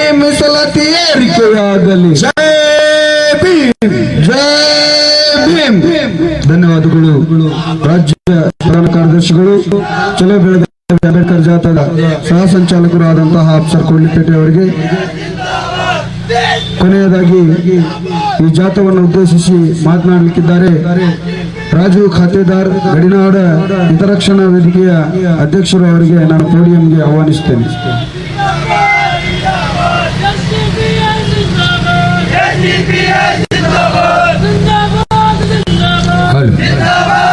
ಇವತ್ತಿನ ದಿನ ಖಾನಾಪುರ ಪಟ್ಟಣದಲ್ಲಿ ಸಾಮಾಜಿಕ ನ್ಯಾಯಕ್ಕಾಗಿ ಚಲೋ ಬೆಳಗಾವಿ ಅಂಬೇಡ್ಕರ್ ಜಾಥಾ ಯಾತ್ರೆಯನ್ನು SDPI ಕರ್ನಾಟಕದವರು ಹಮ್ಮಿಕೊಂಡಿದ್ದಾರೆ.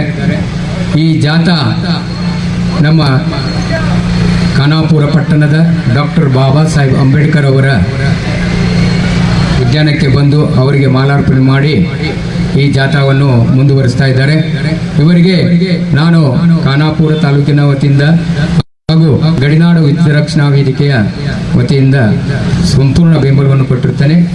ಈ ಜಾಥೆ ಸಾಮಾಜಿಕ ನ್ಯಾಯದ ನೆಲೆಗಟ್ಟಿನಲ್ಲಿ ನಾಡಿನ ಸಮಸ್ತ ಪ್ರಜೆಗಳಿಗೂ ಸಮಾನ ಅವಕಾಶ, ಹಕ್ಕು, ಅಧಿಕಾರ ಮತ್ತು ಆಸ್ತಿ ಹಂಚಿಕೆಯಾಗಬೇಕು ಅನ್ನುವ ಉದ್ದೇಶದಿಂದ ಇದನ್ನು ಹಮ್ಮಿಕೊಂಡಿರುತ್ತಾರೆ. ಇದು ಎಲ್ಲರಿಗೂ ಒಳಪಟ್ಟಿರುತ್ತದೆ. ಇಲ್ಲಿ ಯಾವುದು ಜಾತಿ ಭೇದ ಏನೂ ಇರುವುದಿಲ್ಲ. ಇದು ಎಲ್ಲ ಕರ್ನಾಟಕ ರಾಜ್ಯದ ಹಿಂದುಳಿದ ವರ್ಗ, ಪರಿಶಿಷ್ಟ ಜಾತಿ, ಪರಿಶಿಷ್ಟ ಪಂಗಡ ಹಾಗೂ ಅಲ್ಪಸಂಖ್ಯಾತರ ಹಾಗೂ ಎಲ್ಲರೂ ಯಾವುದೇ ಜಾತಿ ಅನ್ನುವುದಿಲ್ಲ. ಎಲ್ಲರಿಗೂ ಇದು ಒಳ್ಳೆಯದಾಗಬೇಕಂತ ಮಾಡಿದ್ದಾರೆ. ಇದು ಒಳ್ಳೆಯ ವಿಷಯವಾಗಿದೆ. ಇದಕ್ಕೆ ಎಲ್ಲರೂ ತಾವೆಲ್ಲರೂ ಸಂಪೂರ್ಣ ಬೆಂಬಲ ಕೊಡಬೇಕು. ಮತ್ತು ನಾಳೆ ದಿನ ನಮ್ಮ ಸುವರ್ಣಸೌಧದಲ್ಲಿ ಅವರು ಹೋರಾಟವನ್ನು ಹಮ್ಮಿಕೊಂಡಿದ್ದಾರೆ. ತಾವೆಲ್ಲರೂ ಬಂದು ಅವರಿಗೆ ಎಲ್ಲರೂ ಬೆಂಬಲ ಕೊಡಬೇಕಂತ ಕೇಳಿಕೊಡ್ತೀನಿ. ಅದರಂತೆ ಇದು ನಮ್ಮ ಗಡಿನಾಡು ಖಾನಾಪುರ ತಾಲೂಕ. ಇಲ್ಲಿ ಯಾವುದೇ ಸರ್ಕಾರ ಬಂದರೂ ಯಾವುದೇ ಕೆಲಸ ಆಗಿರುವುದಿಲ್ಲ. ಯಾಕಂದ್ರೆ ಇಲ್ಲಿ ಆರಿಸಿ ಬರುವವರಿಗೆ, ಚುನಾವಣೆ ಮುಗಿಯುವವರಿಗೆ ಮಾತ್ರ ನಾವು ಅದನ್ನು ಮಾಡ್ತೀವಿ ಇದನ್ನು ಮಾಡ್ತೀವಿ ಅಂತ ಹೇಳ್ತಾರೆ. ಆದರೆ ಈ ತಾಲೂಕಿನ ಪರಿಸ್ಥಿತಿ ನೋಡಿದ್ರೆ ಬಹಳ ಹಿಂದುಳಿದು, ಪ್ರತಿಯೊಂದು ಗ್ರಾಮಕ್ಕೆ ರೋಡ್ ಇಲ್ಲ, ಗಟರ್ ಇಲ್ಲ, ನೀರಿನ ವ್ಯವಸ್ಥೆ ಇಲ್ಲ. ಇಲ್ಲಿ ಸುಮಾರು ಸೇತುವೆಗಳು ಬೇಕು. ಪ್ರತಿ ವರ್ಷ 6 ತಿಂಗಳು ಇಲ್ಲಿ ಜನರು ಸೇತುವೆ ಇಲ್ಲದೆ ತಮ್ಮಲ್ಲಿ 6 ತಿಂಗಳ ಸಂತೆಯನ್ನು ಮಾಡಿಕೊಂಡು ಅಲ್ಲೇ ಉಳಿತಾರೆ. ಬರ್ತಾರೆ, ಯಾರ್ದೋ ಒಬ್ಬನ ಹೆಸರು ಹೇಳಿ ಹಾಕೊಂಡು ಹೋಗ್ಬಿಡ್ತಾರೆ. ಅವರಂತೂ ಈ ಕಡೆ ಬರೋದೇ ಇಲ್ಲ. ಯಾಕೆ ಬರೋದಿಲ್ಲ ಅಂದ್ರೆ ಅವ್ರಿಗೆ ವಿಚಾರಣೆ ತಾಲೂಕಿನ ಬಗ್ಗೆ ಇಲ್ಲಿರುವ ಜನಪ್ರತಿನಿಧಿಗಳು ಇದರ ಬಗ್ಗೆ ಯೋಗ್ಯ ಕ್ರಮ ಕೈಗೊಂಡಿರುವುದಿಲ್ಲ.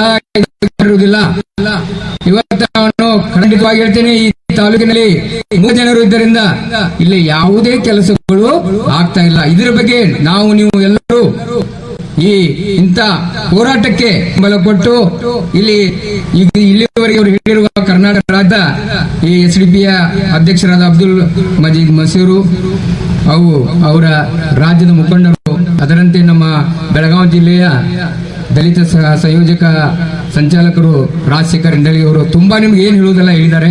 ಆದ್ರೆ ನಾವು ಇಷ್ಟೇ ಕೇಳುವುದು, ಈ ತಾಲೂಕಿನಲ್ಲಿ ಬಡ ಕುಟುಂಬಗಳಿಗೆ ಮನೆ, ವಿದ್ಯುತ್, ಜಮೀನು ಏನು ಸಿಗಬೇಕಾಗಿದೆ ಅದು ಕೆಲಸ ಮಾಡ್ರಿ.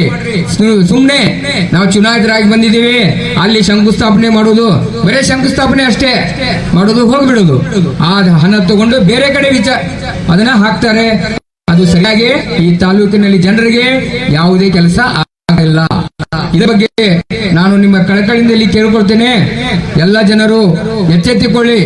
ಈ ದುಡ್ಡ ಆಮಿಷಗಳಿಗೆ ತಾವು ಮತವನ್ನು ಕೊಟ್ಟು ತಮ್ಮ ಜೀವನ, ತಮ್ಮ ಮಕ್ಕಳ ಶಿಕ್ಷಣ ಎಲ್ಲ ಮಾಡ್ಕೊಳ್ತಾ ಇದ್ದಾರೆ. ನಿಮ್ಗೆ ಹೋರಾಟ ಮಾಡಲು ಹಕ್ಕು ಇದೆ.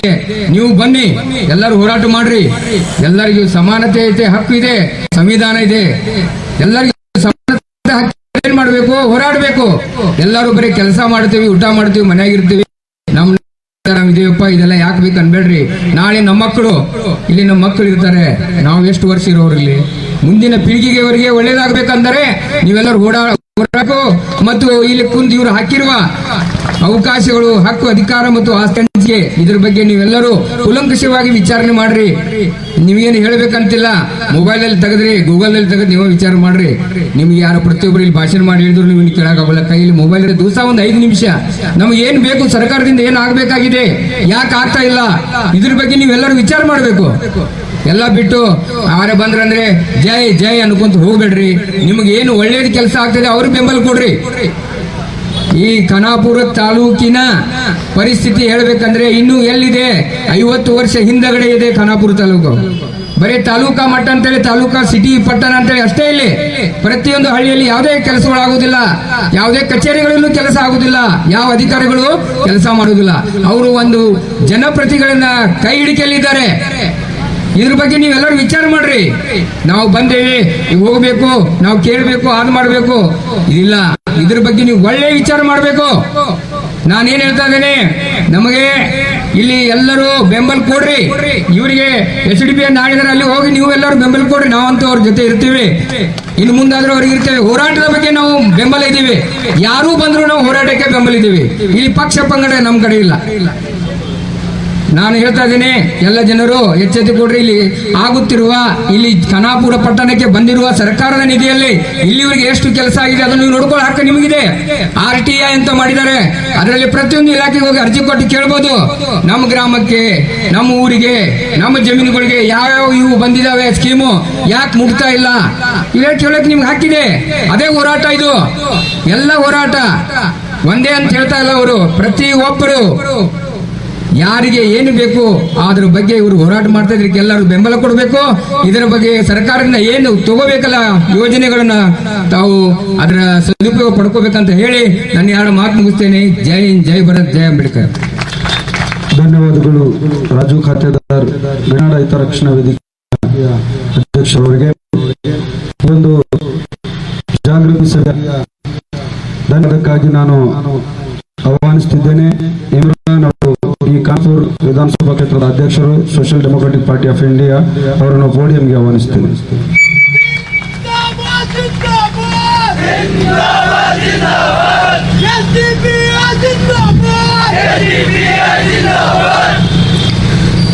अस्सलाम वालेकुम, जय भीम।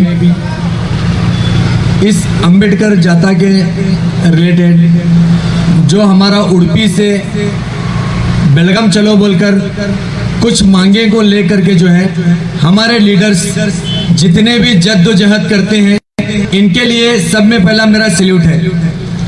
और यार इस जाता को कामयाब करने के लिए हमारी खुशकिस्मती ये है कि हमारे स्टेट के लीडर खानापुर जैसे सरजमी के ऊपर कदम रख करके ये हमारी है।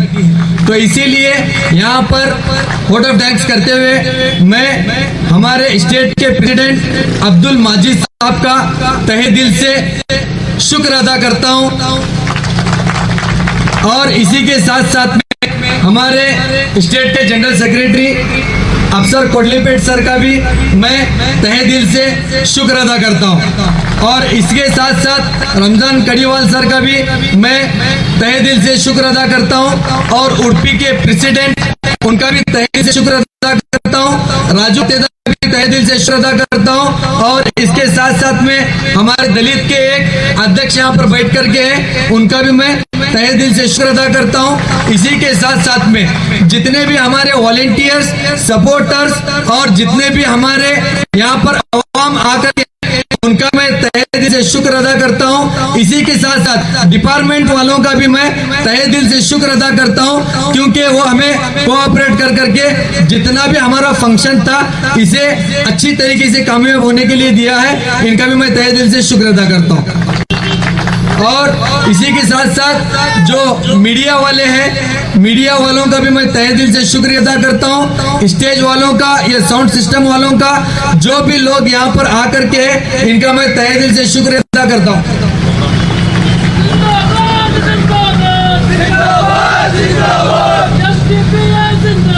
अब इस प्रोग्राम को यहीं पर खत्म किया जाता है। जो जो हमारे वॉलेंटियर्स है, सपोर्टर्स है, किसी को तकलीफ ना देते हुए आराम से गाड़ी लेकर के जिस जगह आपके वॉलेंटियर इंचार्ज बोलेंगे वहां पर आपको पहुंचना है। किसी को भी तकलीफ नहीं देना है, आराम से जाना है। अस्सलाम वालेकुम, जय भीम।